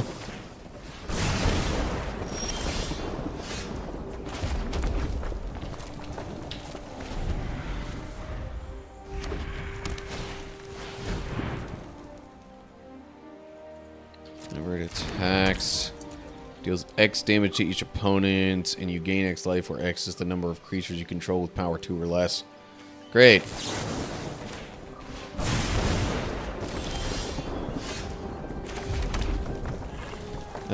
Raid Bombardment. Whenever a creature you control with power 2 or less attacks, does 1 damage to the player or planeswalker it's attacking. Okay. Meh.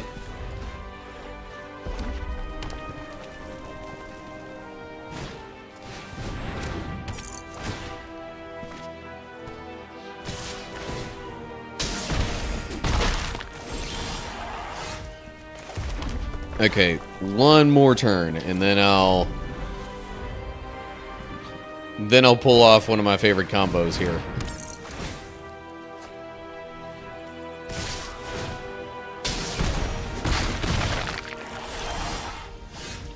Oh sure, now you give me something like this. A red source you control would deal damage to an opponent or a permanent an opponent controls. It deals that much damage plus 2 instead. Okay, well maybe I'll wait till next turn to do the combo I had in mind. Because Torbrand is kind of a big deal.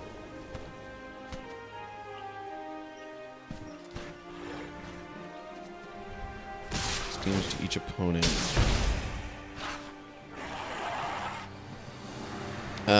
But now...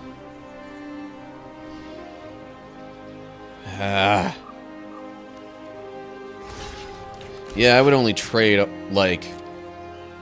Arabella wouldn't end up dying from blocking with Torbrand anyway. Oh my gosh!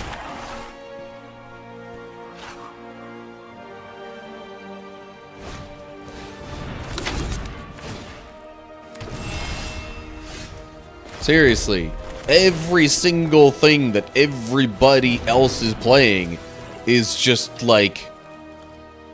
overpowered compared to what I'm doing.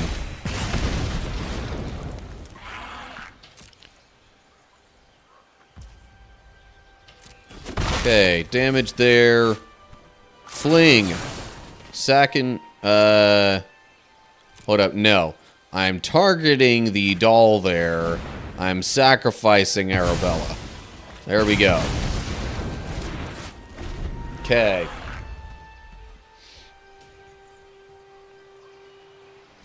Really wish I would have saved those shocks. Oh my gosh, and there's another one. I mean, I shouldn't be surprised by that, but come on.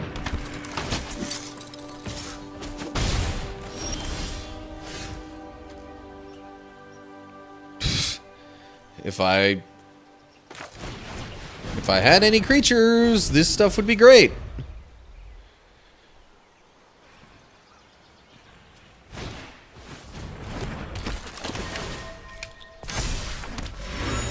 It seems I went a little too aggro. And I think I'm dead. Might as well just...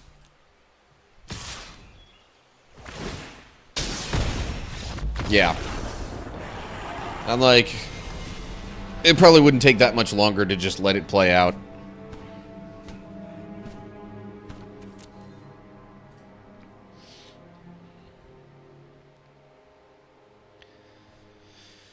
Yeah. It's crazy how, like, I step away for maybe 3 years. Maybe 3 years. And it's like everything across the whole face of the game has just massively changed to the point where my stuff seems incredibly underpowered.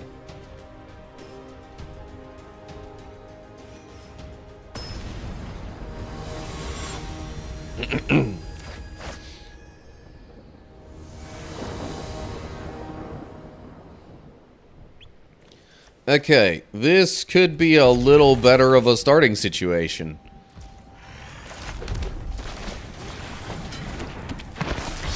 Whenever it dies, amass.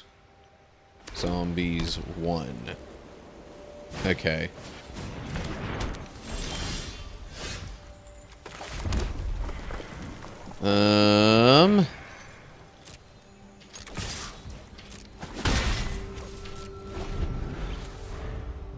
If you would gain life, you gain that much plus 1 instead. Okay.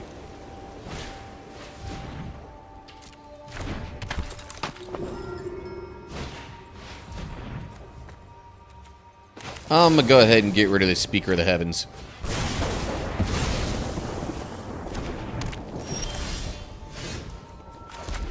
Okay.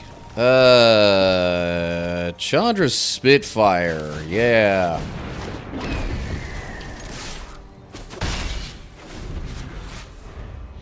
And then next turn, I'm thinking I'll play Raid Bombardment.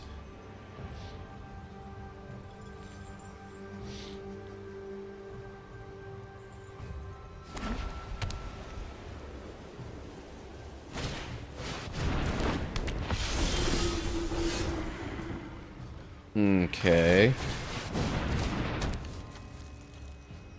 Number of creature you control with power 2 or less attacks. Deals 1 damage to the... Yeah. So I'll attack with them both, which means that hits twice. Which means Chandra Spitfire gets beefed up like that.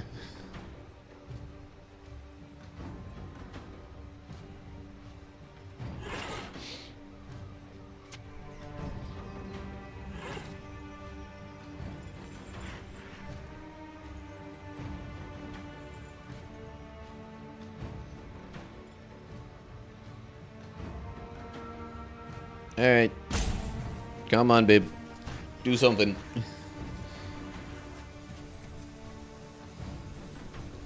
Bib Fortuna, that's why I said come on, Bib. Bib is part of their name.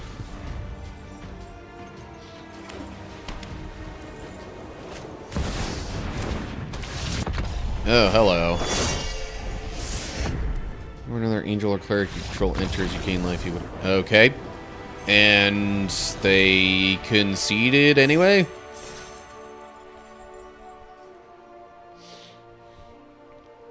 Alright, hey, you know what? Maybe with this deck I still have a ghost of a chance of going up some ranks.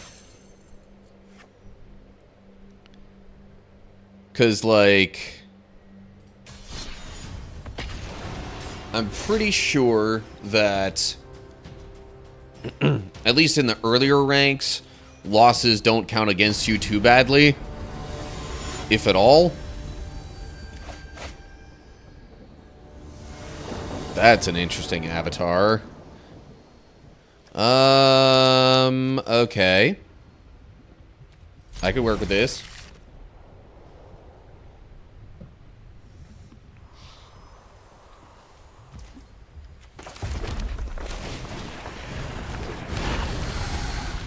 Attacks deals 1 damage to the player or planeswalker it's attacking. Yeah.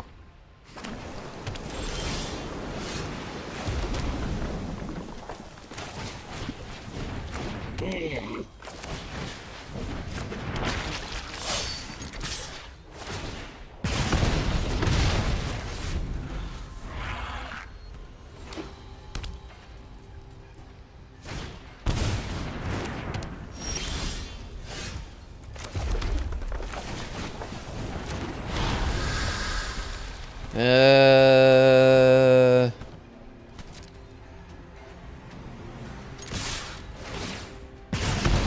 I could probably just attack and be fine.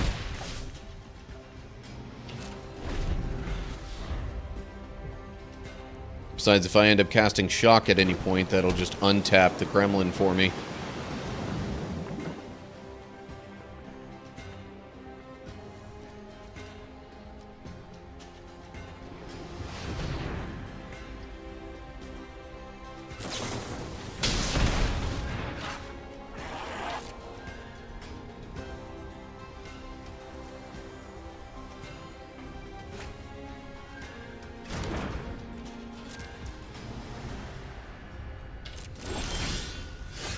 Sweet. Torbrand. And now this is all going to deal twice as much damage. And I win.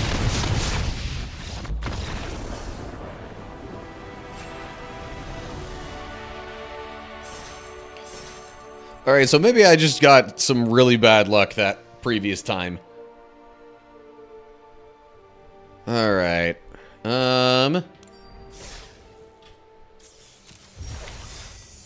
Ooh, I got a card. Rope. What does rope do? Clue equipment. Equipped creature gets 1/2, has reach, and can't be blocked by more than one creature. Okay. Alright, ads are about to kick in on Twitch. I'm gonna take another quick break. And then I'll see you shortly after that's done.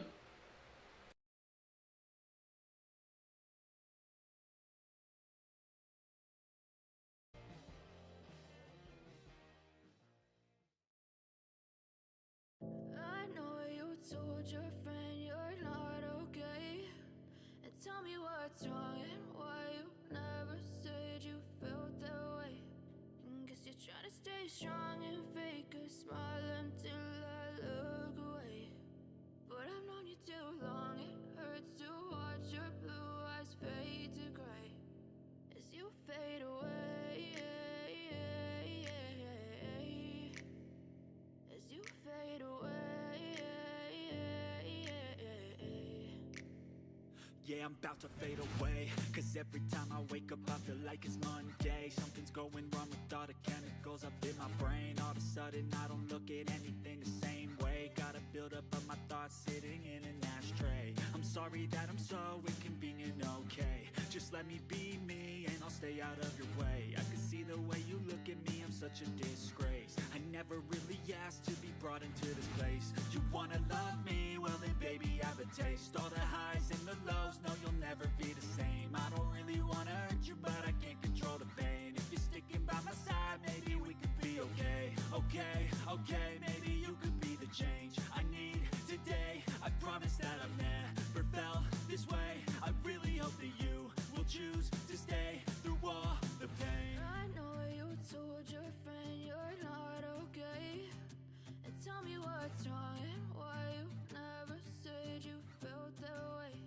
And guess you're trying to stay strong and fake a smile until I look away. But I've known you too long, it hurts to watch your blue eyes fade to gray as you fade away. As you fade away. As you fade away. As you fade away.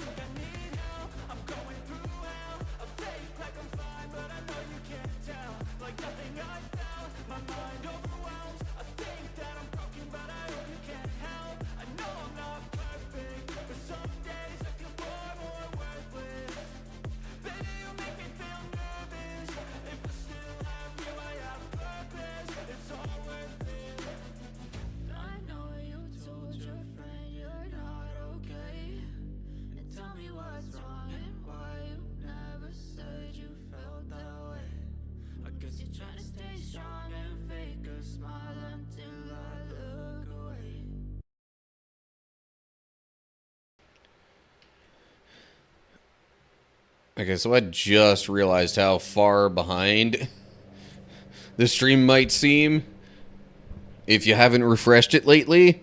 So if it really seems like it's lagging behind, try refreshing. But okay.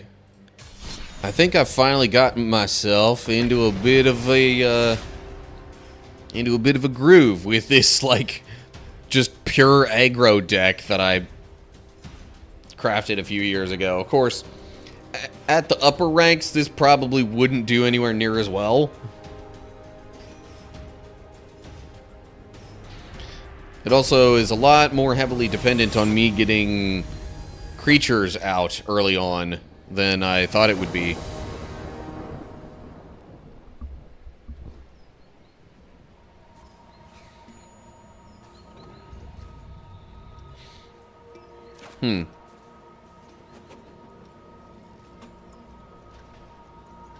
Interesting.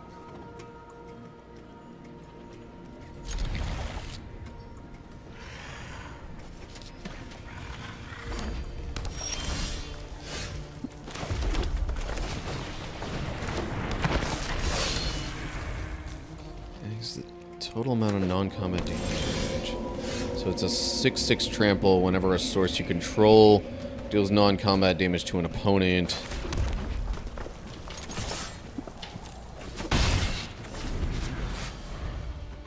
It deals that much damage to target creature or planeswalker that I'm sorry, what?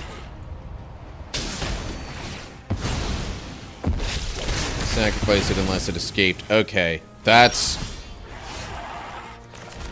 why it's so inexpensive to cast.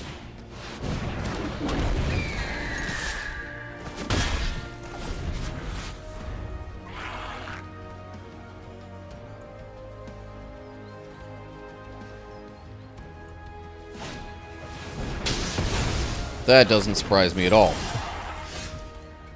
Holy cow. How in the world did I end up getting 3 copies of this Chandra Planeswalker Pyromancer extraordinaire. in this Mostly. same, like, Go get him. in the same match?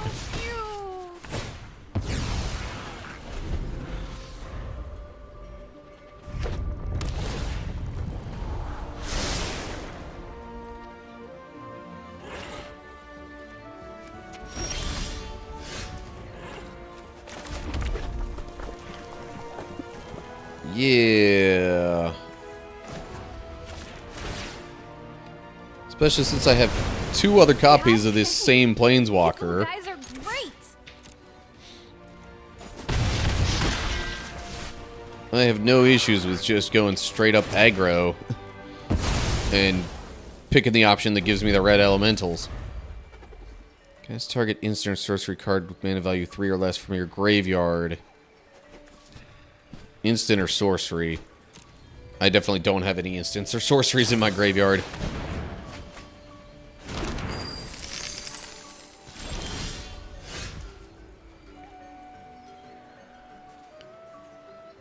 Now,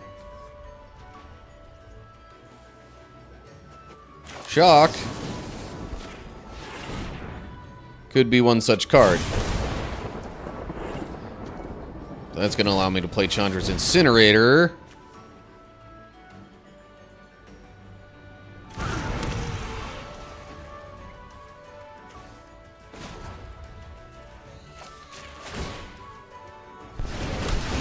Hey, don't worry. I brought company.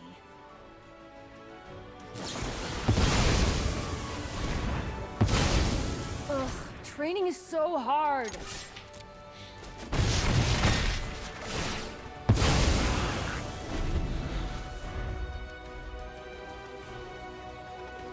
Okay.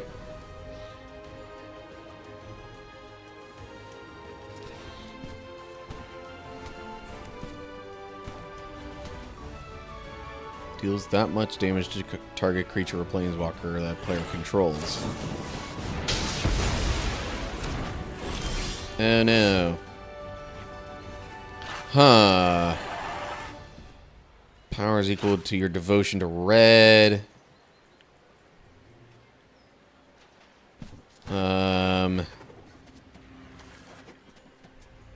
Or I could get out this other Chandra and potentially end the game? No, because that would do 2.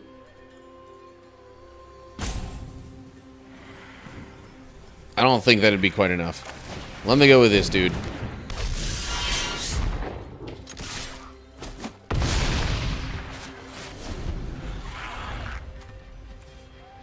Power is equal to your devotion to red. Yeah, 1, 2, 3. Oh.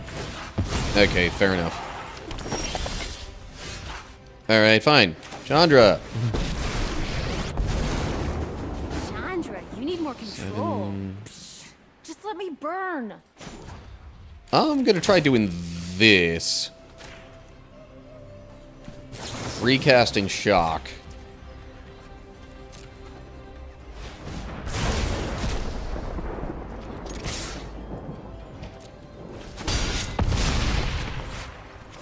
Okay, hold up. Is target creature or planeswalker. Oh, okay.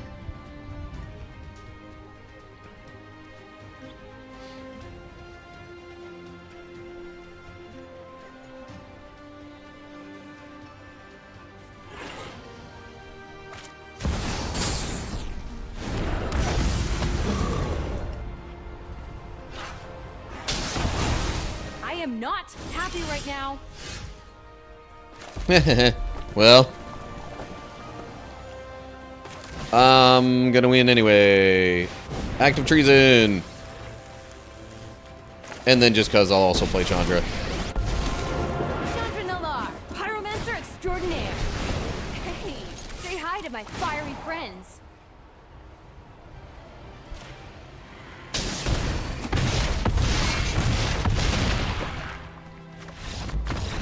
Alright. So, I don't know, maybe that one loss was just kind of a fluke. This deck is definitely doing better now.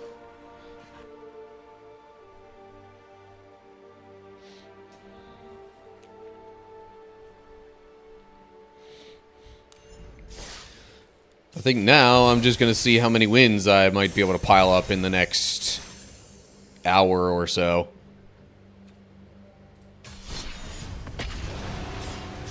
Probably only going to be about another hour that I'll be live.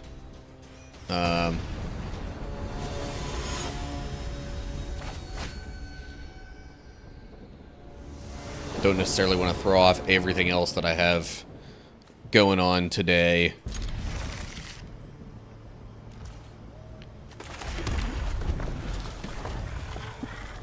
Particularly with regard to, you know, just meals relative to other things I gotta do. Okay. Power 1 or less attacks, deals 1 damage to the... Yeah. Okay. So then now I can play Chandra Spitfire. Next turn I can play Torbran. And like a bunch of stuff will get doubled. Oh, you're playing a landfall deck that probably would be better in a long-term, like a long game kind of situation. I don't think you're gonna get that long with this deck that I'm using.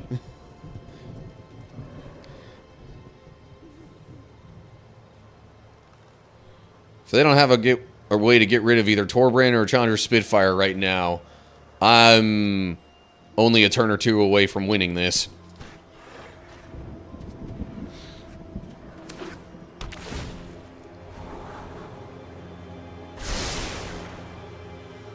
Or I guess also if they don't get rid of Cavalcade of, or if they do get rid of Cavalcade of Calamity, that throws a little bit of a wrench in my plans.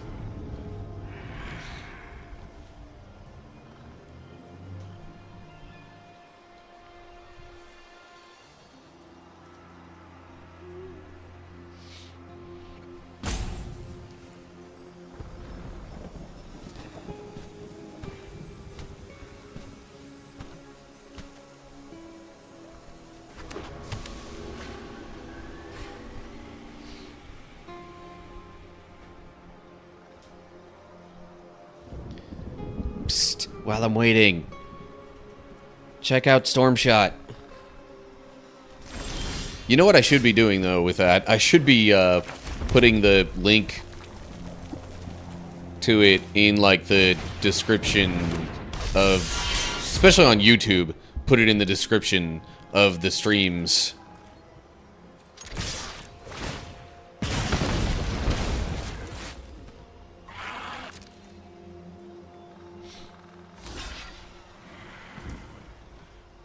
Actually, you know what? If I just hit him with shock right now... Yep, that's a win for me.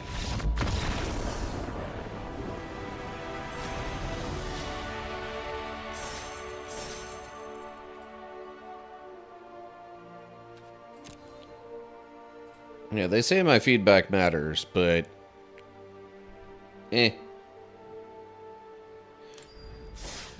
I feel like it's too easy to say that you liked or disliked the way a battle went just because of the result of it. Target creature attacks or blocks this turn if able. Creatures you control get +2/+2 and gain trample until end of turn. You may turn a creature you control face up. Okay. Another match. Let's go.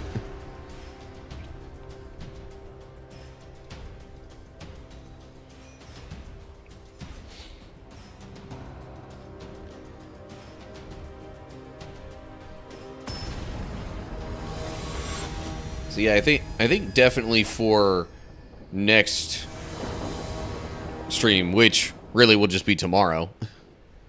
I think for my next stream and really any of the others that I do this month, I'll want to put the Stormshot download link in the description of,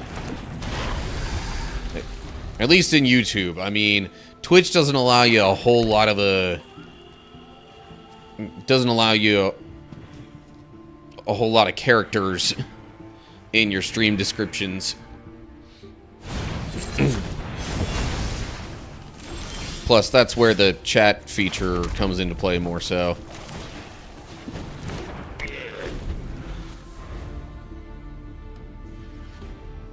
Alright, more land would be helpful. And it's not going to give me more land. Great. I will not attack. Token creature, orc army. So, yeah, amassing. I guess now they've added another potential army type to amass. Which is why it's gotta be... like, amass orcs in this case, or... do I want to block that?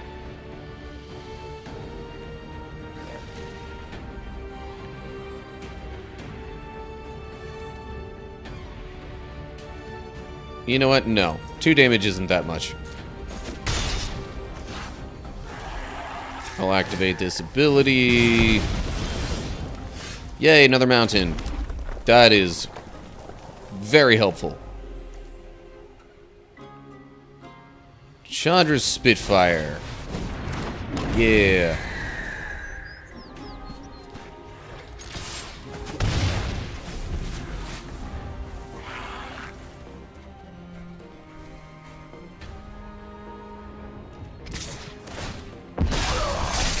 I am not gonna block this turn either.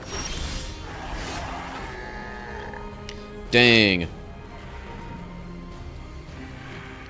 Would be really helpful if I could get just a little more mana.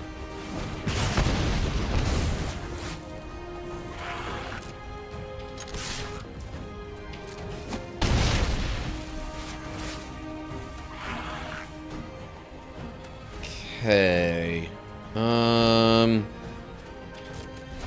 Yeah, I'll go ahead and end that turn. So this is just an enchantment that lets them keep amassing orcs every turn.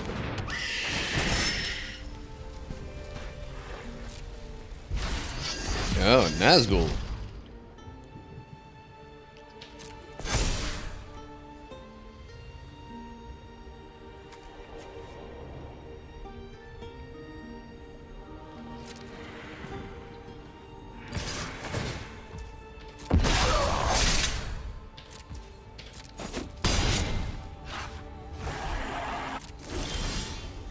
Okay, but seriously, another land would really be helpful. Just saying.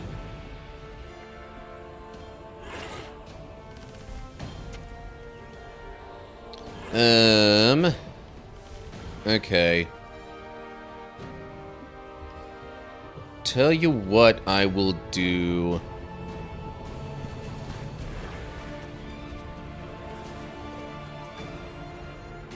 Actually, if I...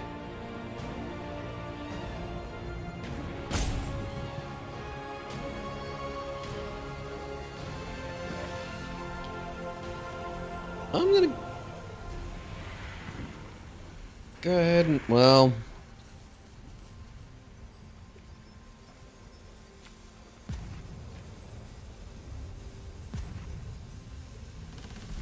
I'm gonna play Active Treason this time. I'm hoping that's not like hexproof because of being the ring bearer or anything.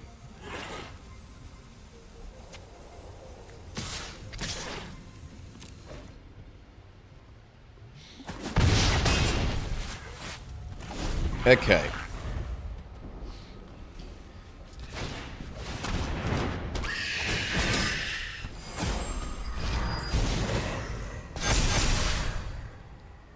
Oh, that's a bit of a problem.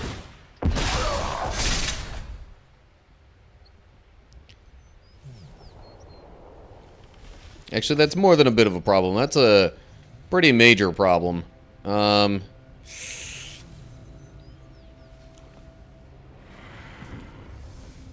Still, if I could just get one more land. Okay, that's not another land. Unfortunate. Okay, so here's what I'm thinking. I'm gonna do this. Have that happen. Go to combat. Sack the Chandra Spitfire.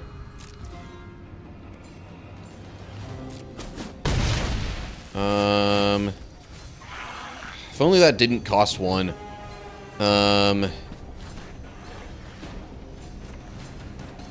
Yeah.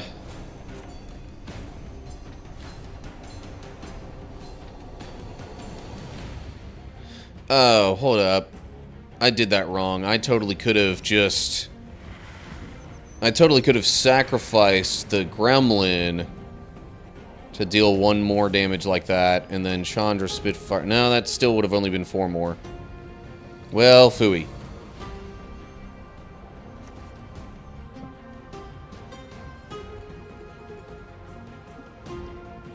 Nah. Oh well.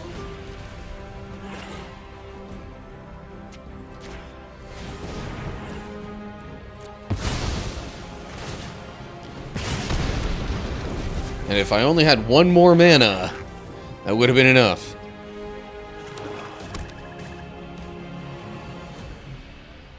Because then I could have even just tapped Blister Split Gremlin again and done the damage that way.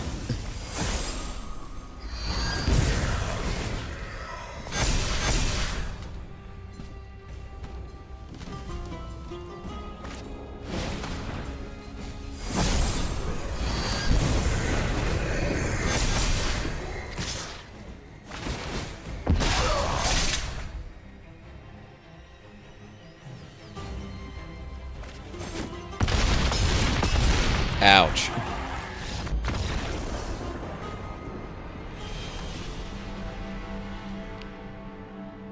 See, yeah, I didn't even lose any progress toward the next rank.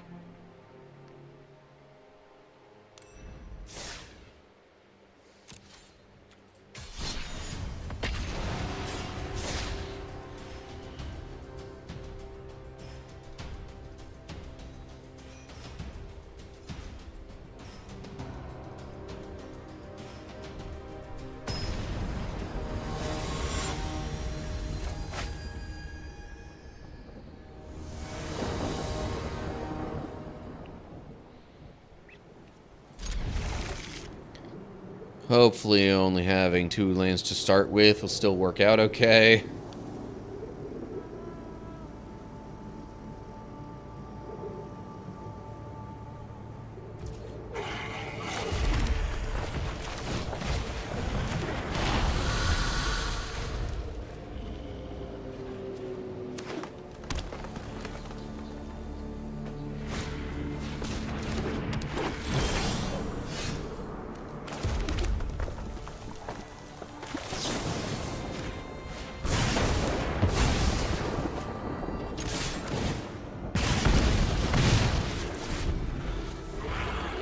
Altus!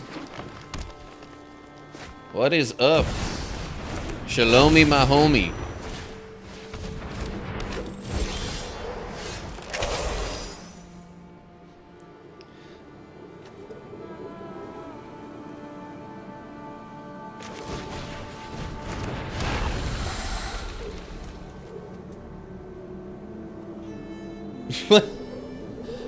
Okay, I have never heard that comparison before.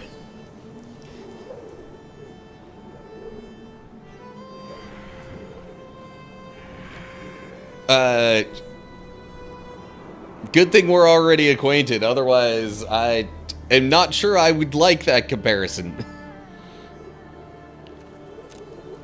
Anyway, I'm doing alright. Job situation's kind of up in the air, but, like, I've got some savings, so it's not the worst thing in the world. While I'm in a season of kind of figuring things out, I thought maybe I would, I don't know, try out this whole, like, sponsorship thing here. Which, if you want to help me out with that, do, go ahead and hit !Stormshot in the Twitch chat. That'll give you a link to download that game, and all you gotta do then is just download it and play it, and that'll help support me. Elon Musk, so, like, my only problem with him is, like, his current... some of his current political stances and people that he supports and stuff like that. Like, I feel like a lot of what he's currently doing and saying is just because he wants to score points with Trump, since Trump has already said that he would put Elon in his cabinet or whatever.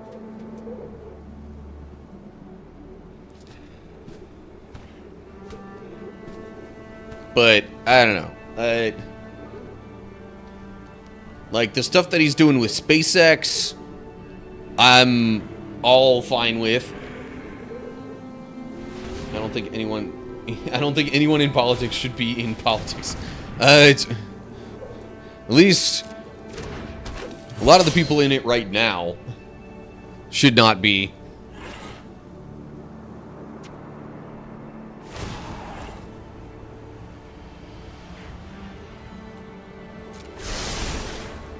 Endure all trespassers.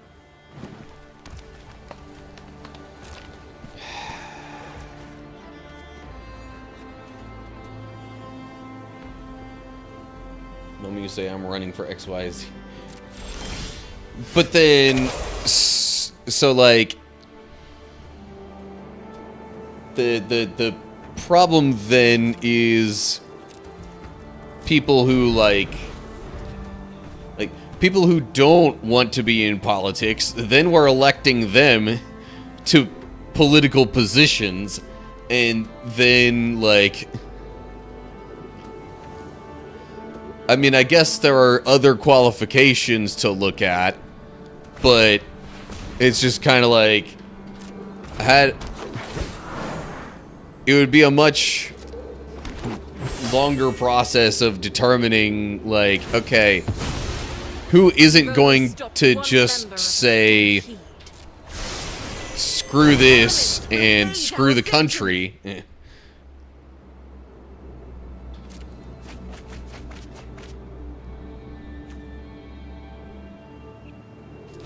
Okay, if that's all that does, I'd rather have this guy on the field than the Planeswalker.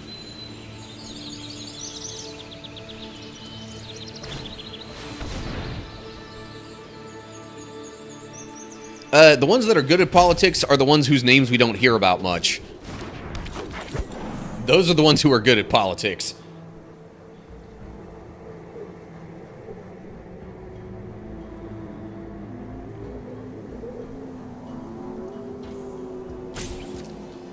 Yeah, the problem is then my view of who's good at politics would have to compete against everyone else's view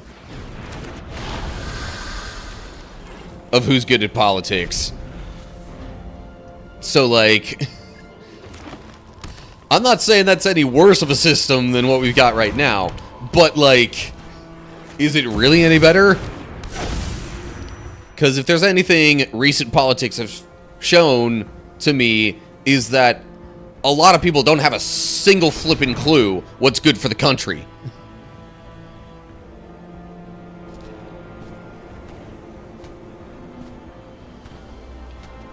Although, really, I guess more so the complicating factor there is that they don't know who is good for the country. Because they think so-and-so is going to do this, that, or the other thing, when really, that's not what's actually going to happen. In fact, I just recently saw a video that's like... Okay. In other news, I'm dead here in this game. But I just recently saw a video where it's like, there was a poll done of just policies detached from whose policies they are. So, there was a poll of just the policies, and really, the majority of voters, like an overwhelming majority of people who were polled, let's be honest here, the majority of people who were polled would favor Kamala Harris's policies over Donald Trump's. And yet, when also surveyed in this same poll on whose policies they thought they were, it was closer to 50-50 who thought that the policies that they would prefer came from Donald Trump, or which policies came from Kamala Harris, out of the ones that they liked. Currently, everyone gets the option of trash or garbage. I think a lottery at this point would be better.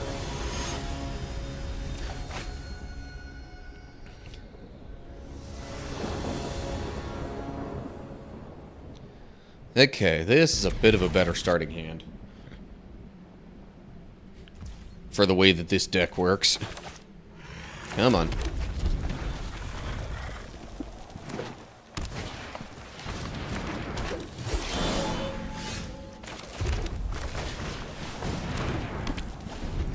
But, I mean, I do agree that American politics nowadays are absolute trash.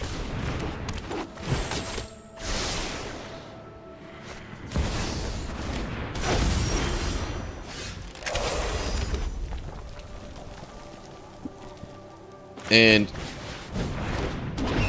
giving the government an audit might not be a bad idea in and of itself. I just am not sure that... I don't know. Especially with all the stuff that Trump has said about already just wanting to gut certain departments outright without even giving much detail on, like, here's what I want to cut back on.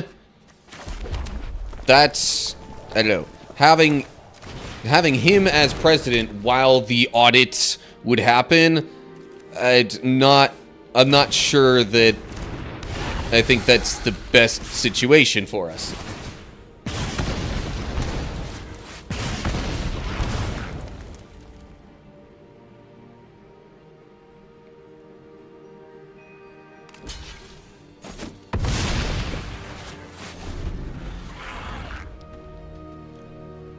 But anyway.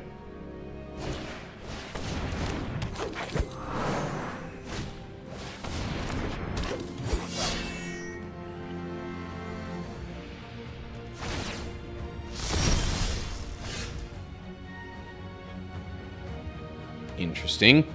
Because I don't really have much of anything better to play here, I'll play this guy.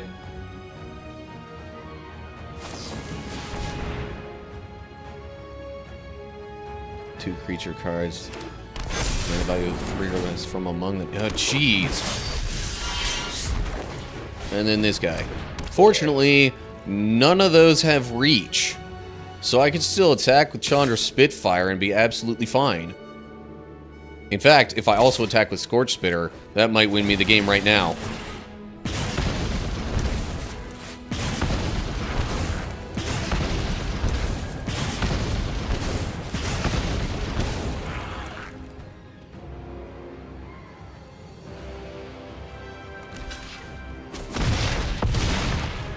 Hooray!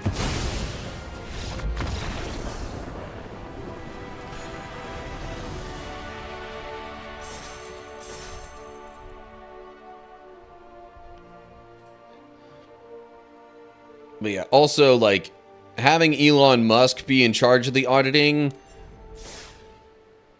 I mean, it's really kind of debatable as to whether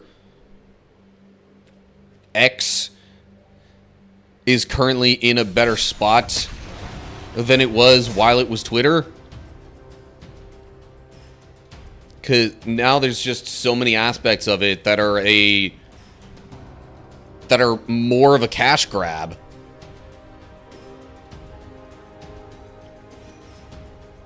And as far as the quality of what is, you know, available to the public on there, and what can and as far as what can be posted and different things like that, it's just I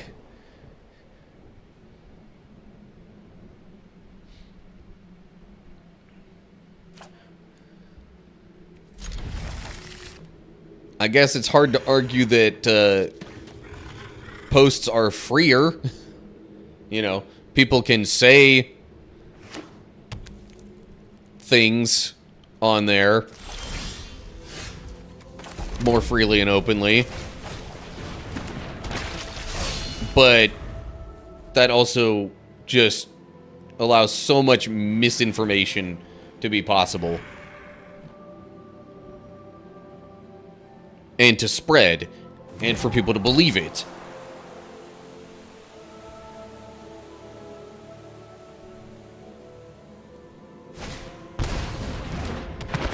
Is it necessarily, you know, on any of the social media platforms to really arbitrate that? Not necessarily.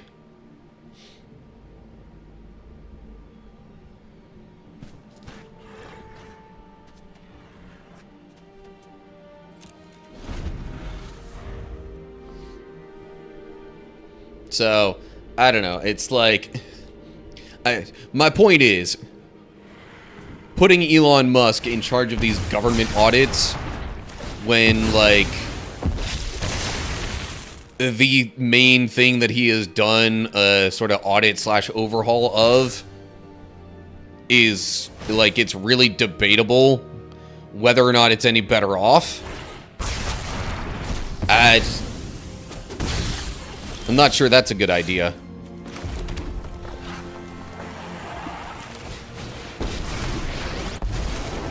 Living in a monastery full of firebrands?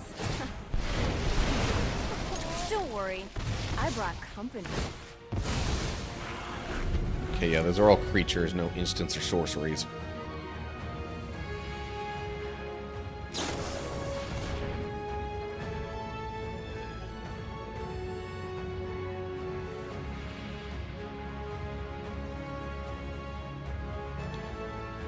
But still, there are a lot of people in politics who are in there just to, like, gain power.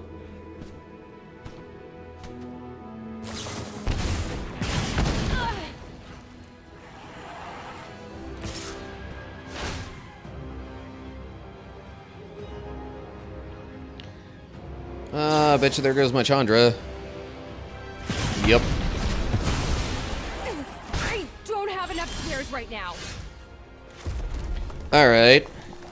Let me get something else out here that might help, you know, increase my chances of not just taking damage all the time.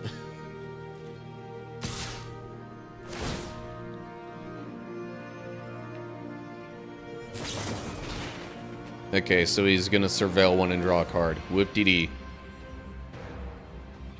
I'm not worried about that.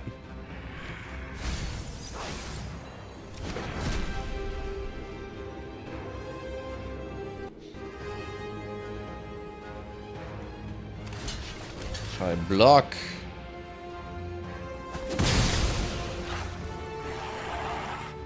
Yeah. Red source, dealing damage.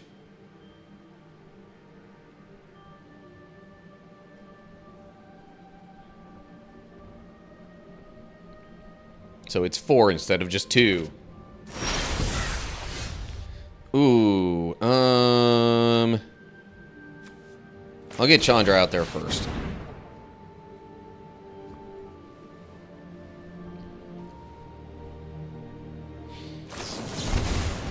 Well, phooey. Whatever, you still take 4 damage from Torbrand.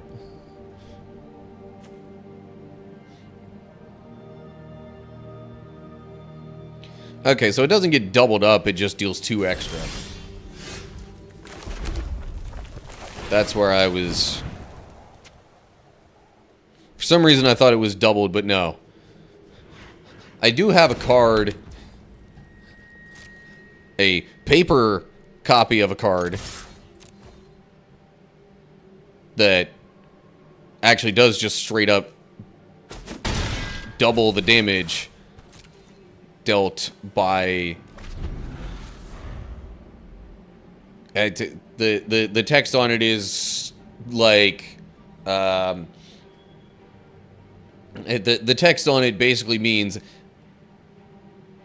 whoever's playing the card, any damage source they control deals double the damage. And it's also a red card, which, combined with Torbrand, then would... Oh, man.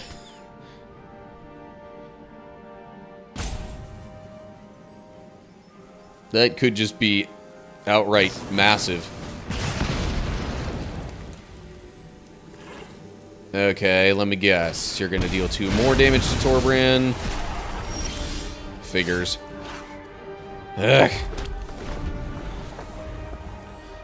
I don't have anything else I can do. Ooh, hello. That's what, Ward 2? I could pay the ward cost. Act of treason. Yes.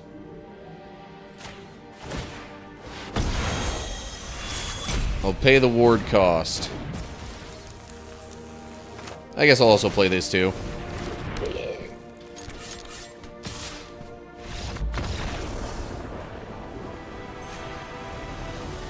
Alright.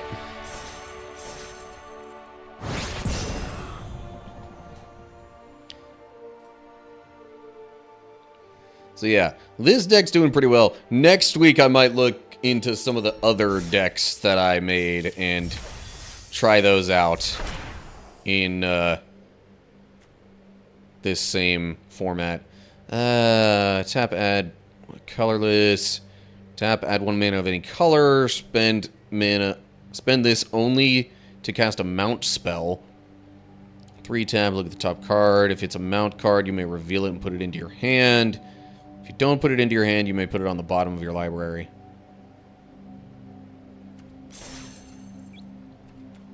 Alright. 1 or 2 more rounds.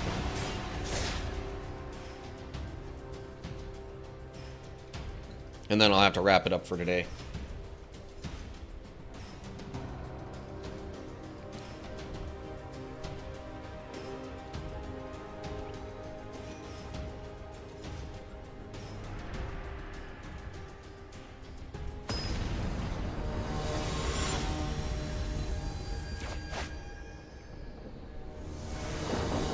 Slayer Fiend.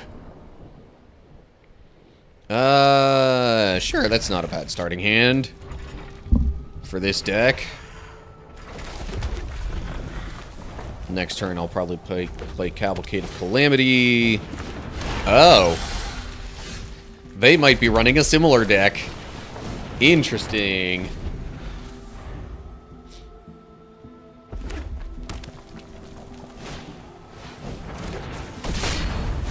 Fervent Champion. Interesting.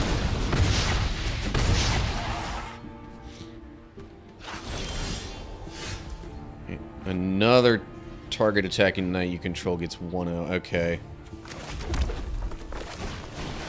Also, equip abilities you activate that target Fervent Champion cost 3 less. Jeez.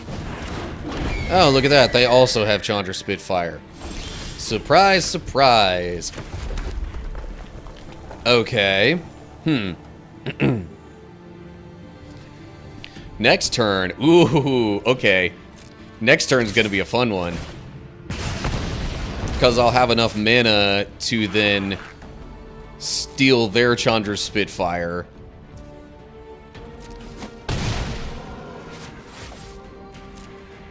And I could also fling it back at them later. Oh, I just hope I'm not going to end up dying this turn myself.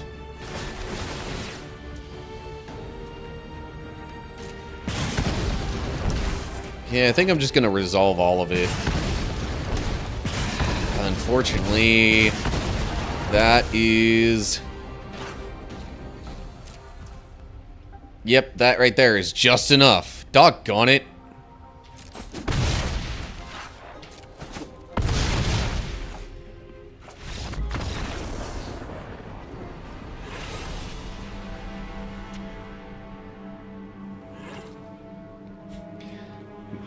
Turns out, yeah, they were running a very similar deck. Okay.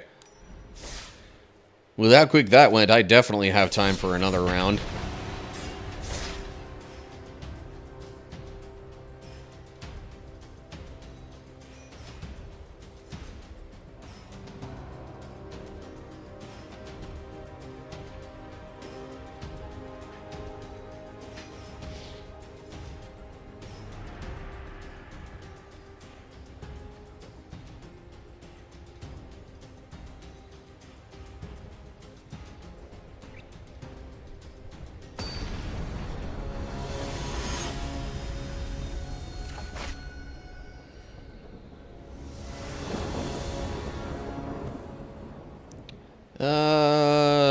Sure, I'll keep that, I guess.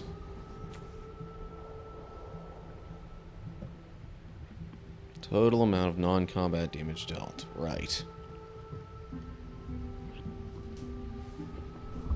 Ugh.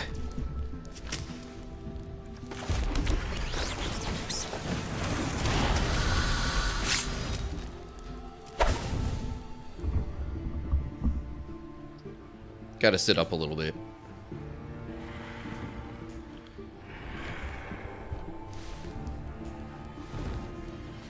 Was getting uncomfortable.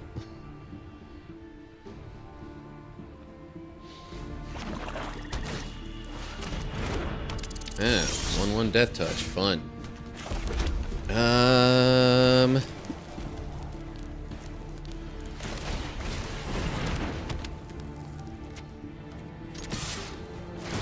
All right, let's see if they go for the exchange of creatures. Could also see them not doing that and thinking they might be able to get a block on a higher powered creature later on.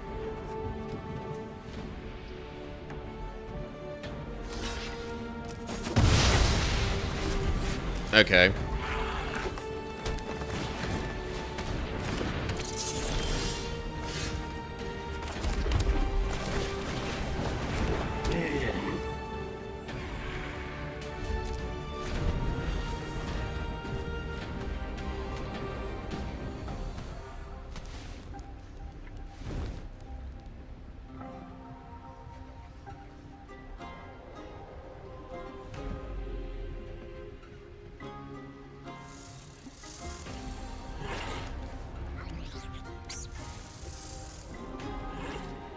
Couple more lands and I'll have Chandra's Incinerator out.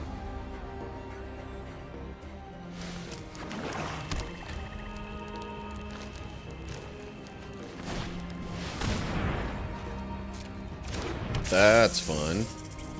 Whenever a creature you control with Death Touch attacks, each opponent loses a life and you gain a life. Great!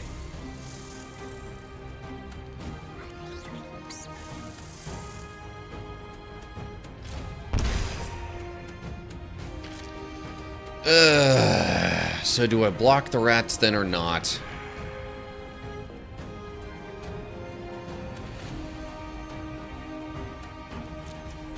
I'm gonna say not this time, just to see what else I get and how helpful it might be.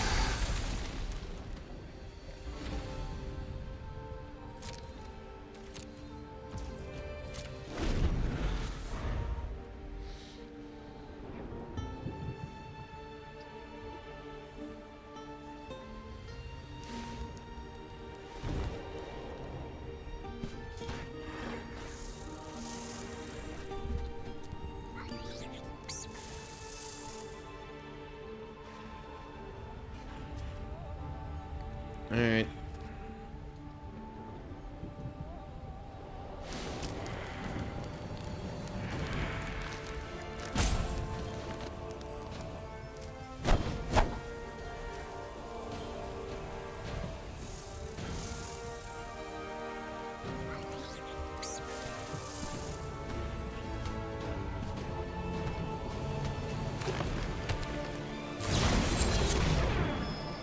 Draw a card and lose a life. Okay.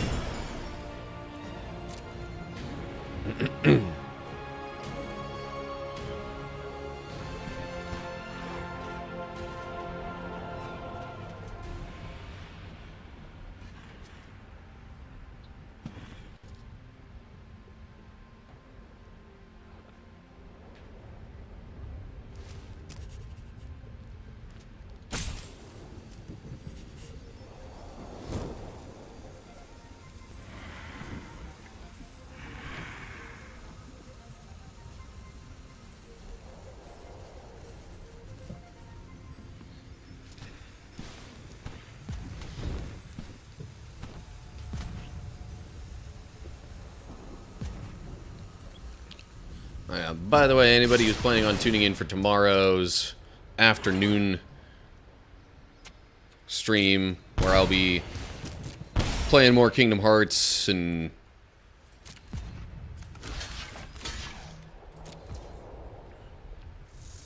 also doing some other Bible study and stuff like that, I will not have so much of the overlay stuff going.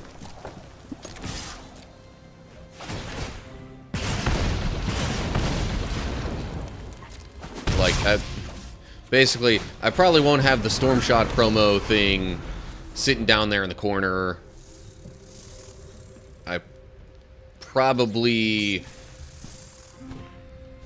Well, I mean, I'll still have the chat command available, but, I don't know. Since I'll also be, like, recording that stuff for later, video creation, I figure, yeah, I might not want to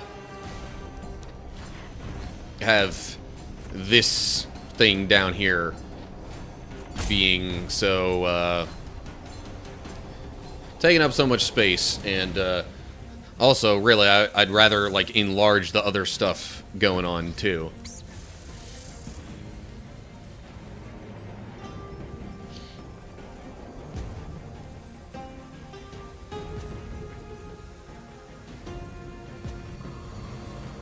Alright, what is my opponent doing?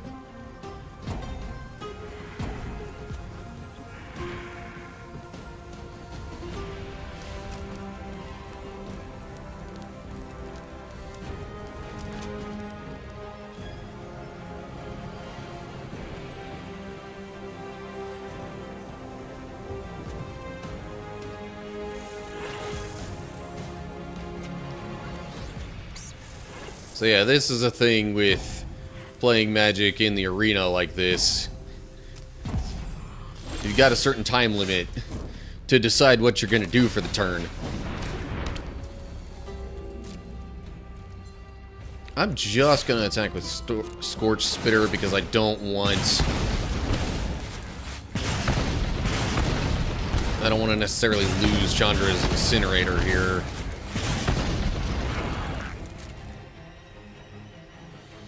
And if they block with the Hooded Blightfang, that would definitely get rid of Chandra's Incinerator because of Death Touch.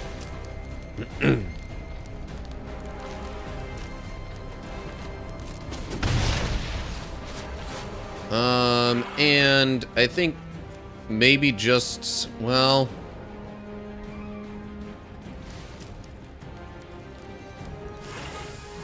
I'm tempted to cast Fling right now, but I might get a better situation. You know what? Screw it. Or, you know what? No. I don't know. Too many decisions to try and make.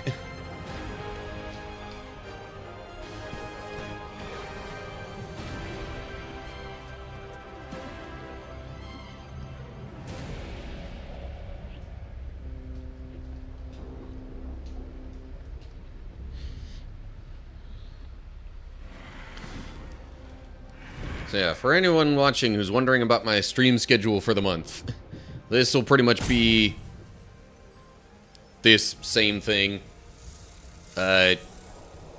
Monday mornings in this time frame, I'll be playing the Magic Arena.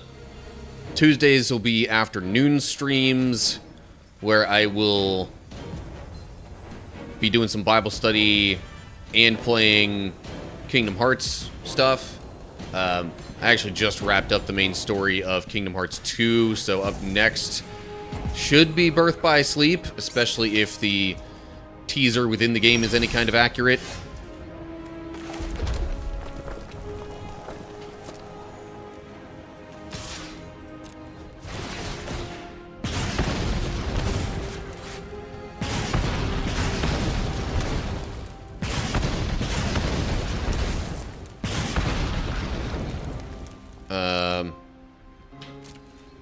So yeah, it'll be Kingdom Hearts and Bible study on Tuesday afternoons. Wednesdays, I'm also streaming in the mornings. And that's just going to be kind of a mixed bag of stuff. Probably more so what I was doing on Saturdays before this month. Which was pretty much like side questing or other kinds of... other random things, maybe like viewer suggestions.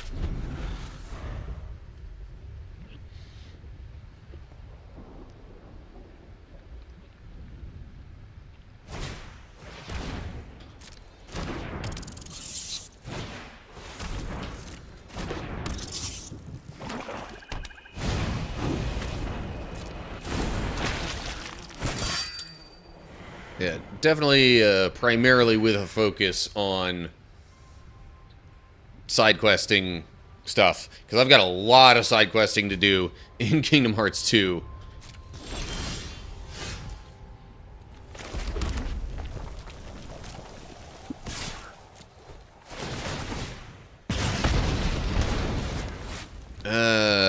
Target a creature. Yeah, let's get rid of one of these guys with Death Touch here.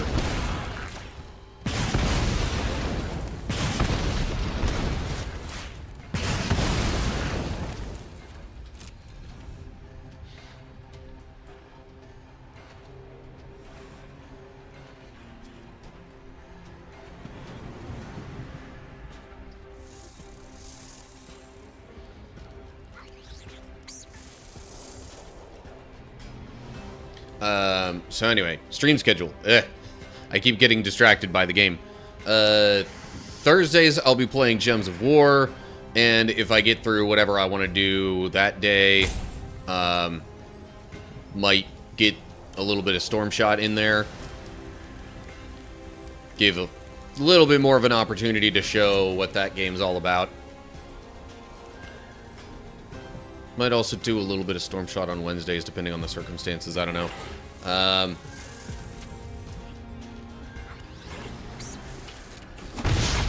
Fridays will be like community games, you know, like multiplayer stuff that we could play together.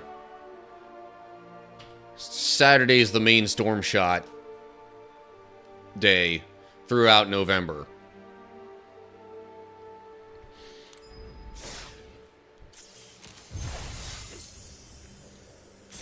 I'm really tempted to try and go for another win, because then I get a card there. Alright, fine, one more.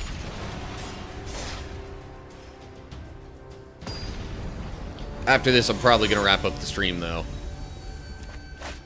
Oh, hello. Of course. I'm trying to get another win. If I don't get another win, then it's less certain whether this will be my last game.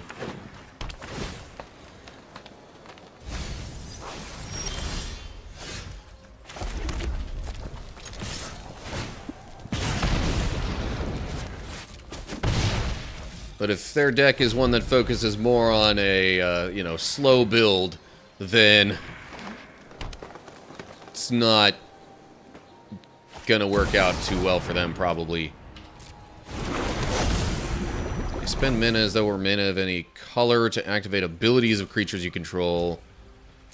Creatures with +1/+1 counters. Hang on. Playing my own stuff now.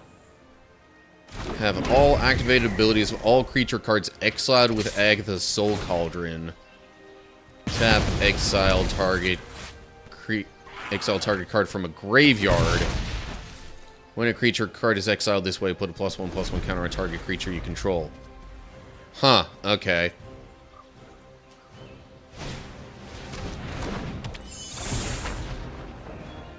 And now there's that. That is still just a 1/1, though. And it doesn't have, like, Death Touch or anything special like that going on. I'm gonna play another Chandra Spitfire. Because why not? Attacking with both.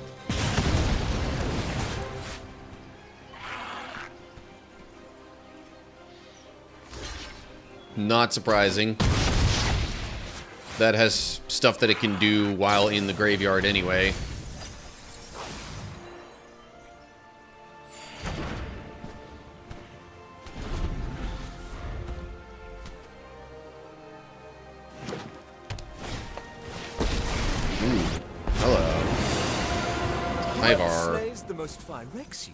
Activate abilities of creatures you control as though those creatures had haste. Untap up to one target creature. Mill 3 cards. You may return a creature card with mana value. Okay, interesting.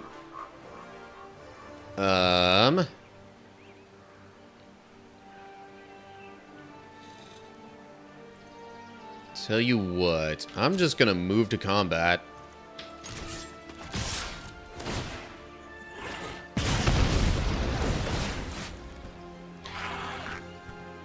You know what I should do, though? I should probably shock this.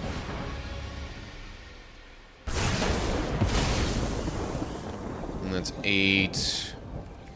Yeah, I think if I shock the player, then that'll be enough damage.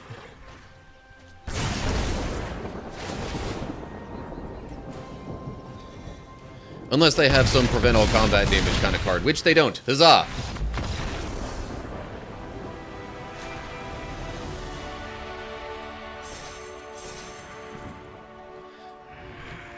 Okay, I promise you next time I'll mix up the decks I'm using a little more.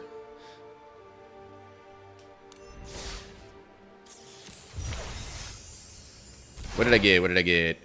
Fear of Falling. 4/4 flying creature. Enchantment creature. Whenever Fear of Falling attacks, target creature defending player controls gets -2/-0 and loses flying until your next turn. Huh. Also, let me just check what all I've got here. Arena weekly announcements, whatever. Are there any packs that I have to open? Yes. Slim chances just make Oh. victory that much. Kaito, Bane of Nightmares. Ninjutsu. Return an unblocked attacker you control to hand. Put this card onto the battlefield from your hand tapped and attacking.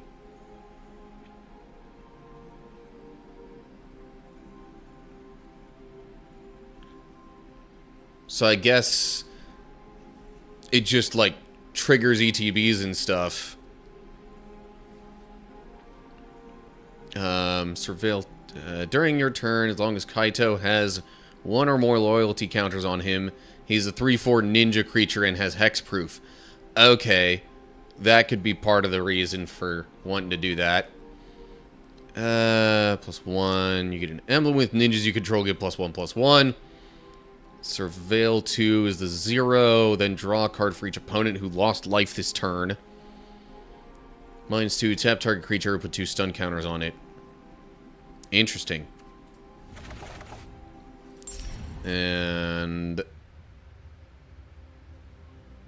I wouldn't think the store is going to necessarily show anything terribly new. Although, I do have stuff that I could maybe buy here, like a ton of Duskmourn packs.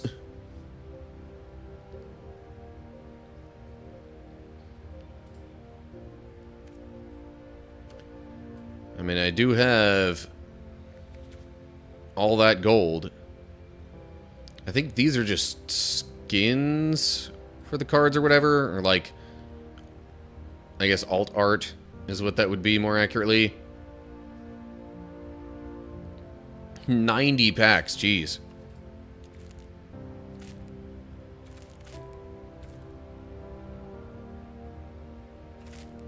Okay, hang on, go back. How do I go back?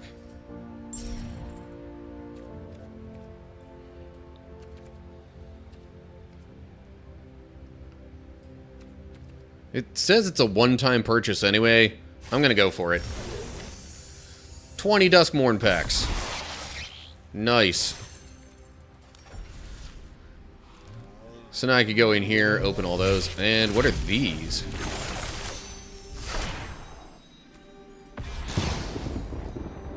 Oh, got some... This is just a mixed bag of stuff here. Archangel Ties. As long as it's untapped, creatures can't attack you or planeswalkers you control, unless their controller pays 1 for each of those creatures. As long as it's attacking, creatures can't block, unless their controller pays that. Okay, jeez. If you would create 1 or more artifact tokens, instead create those tokens plus an additional map token.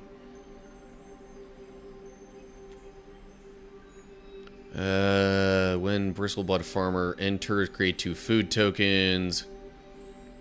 When it attacks, you may sacrifice a food. If you do, mill 3 cards. You may put a permanent card from among them into your hand. I'm mostly just taking a look at the mythics here. Whenever a creature you control dies, each opponent loses a life and you gain a life.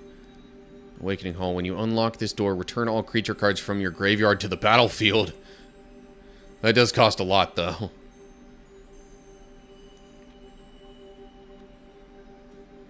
Okay. Now for all the Duskmourn packs. Which, apparently it'll only let you open 10 of the same kind at a time.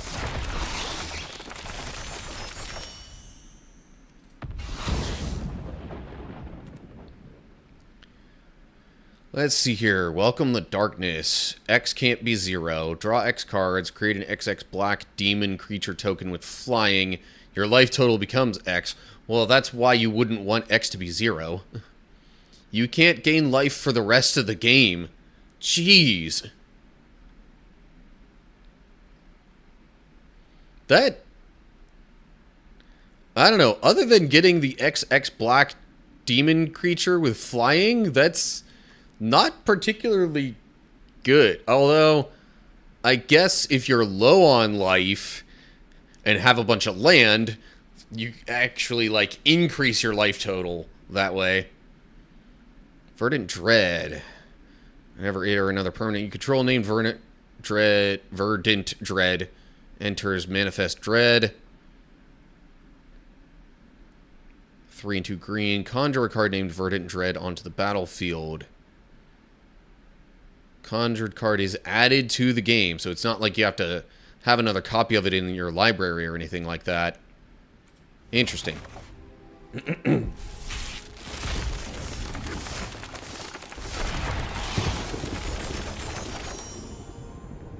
Reveal.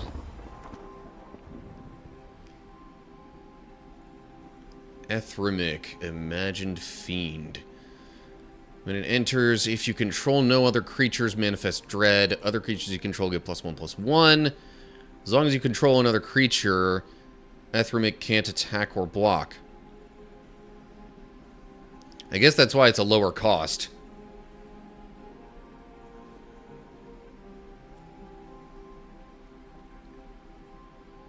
And also having... because otherwise, other creatures getting +1/+1 is pretty handy. That's just a legendary. Okay. Alrighty.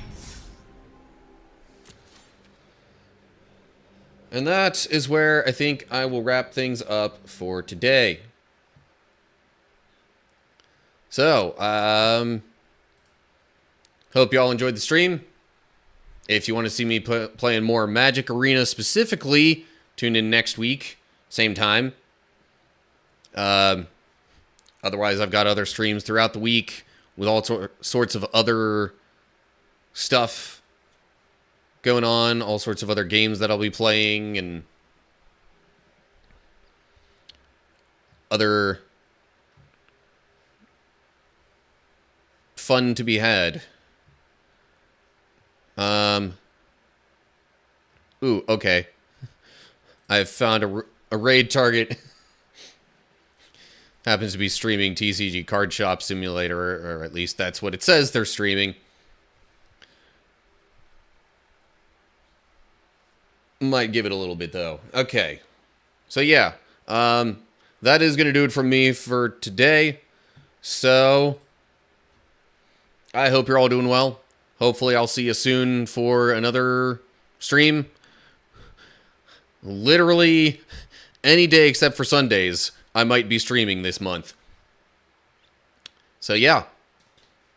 Feel free to also check out YouTube videos and stuff in the meantime, while you might be waiting on streams. Yeah, I think I've already plugged Stormshot enough. Feel free to download that if you want. Use my code. That helps me as well. But that's all I got. So, till next time, stay cool, everybody.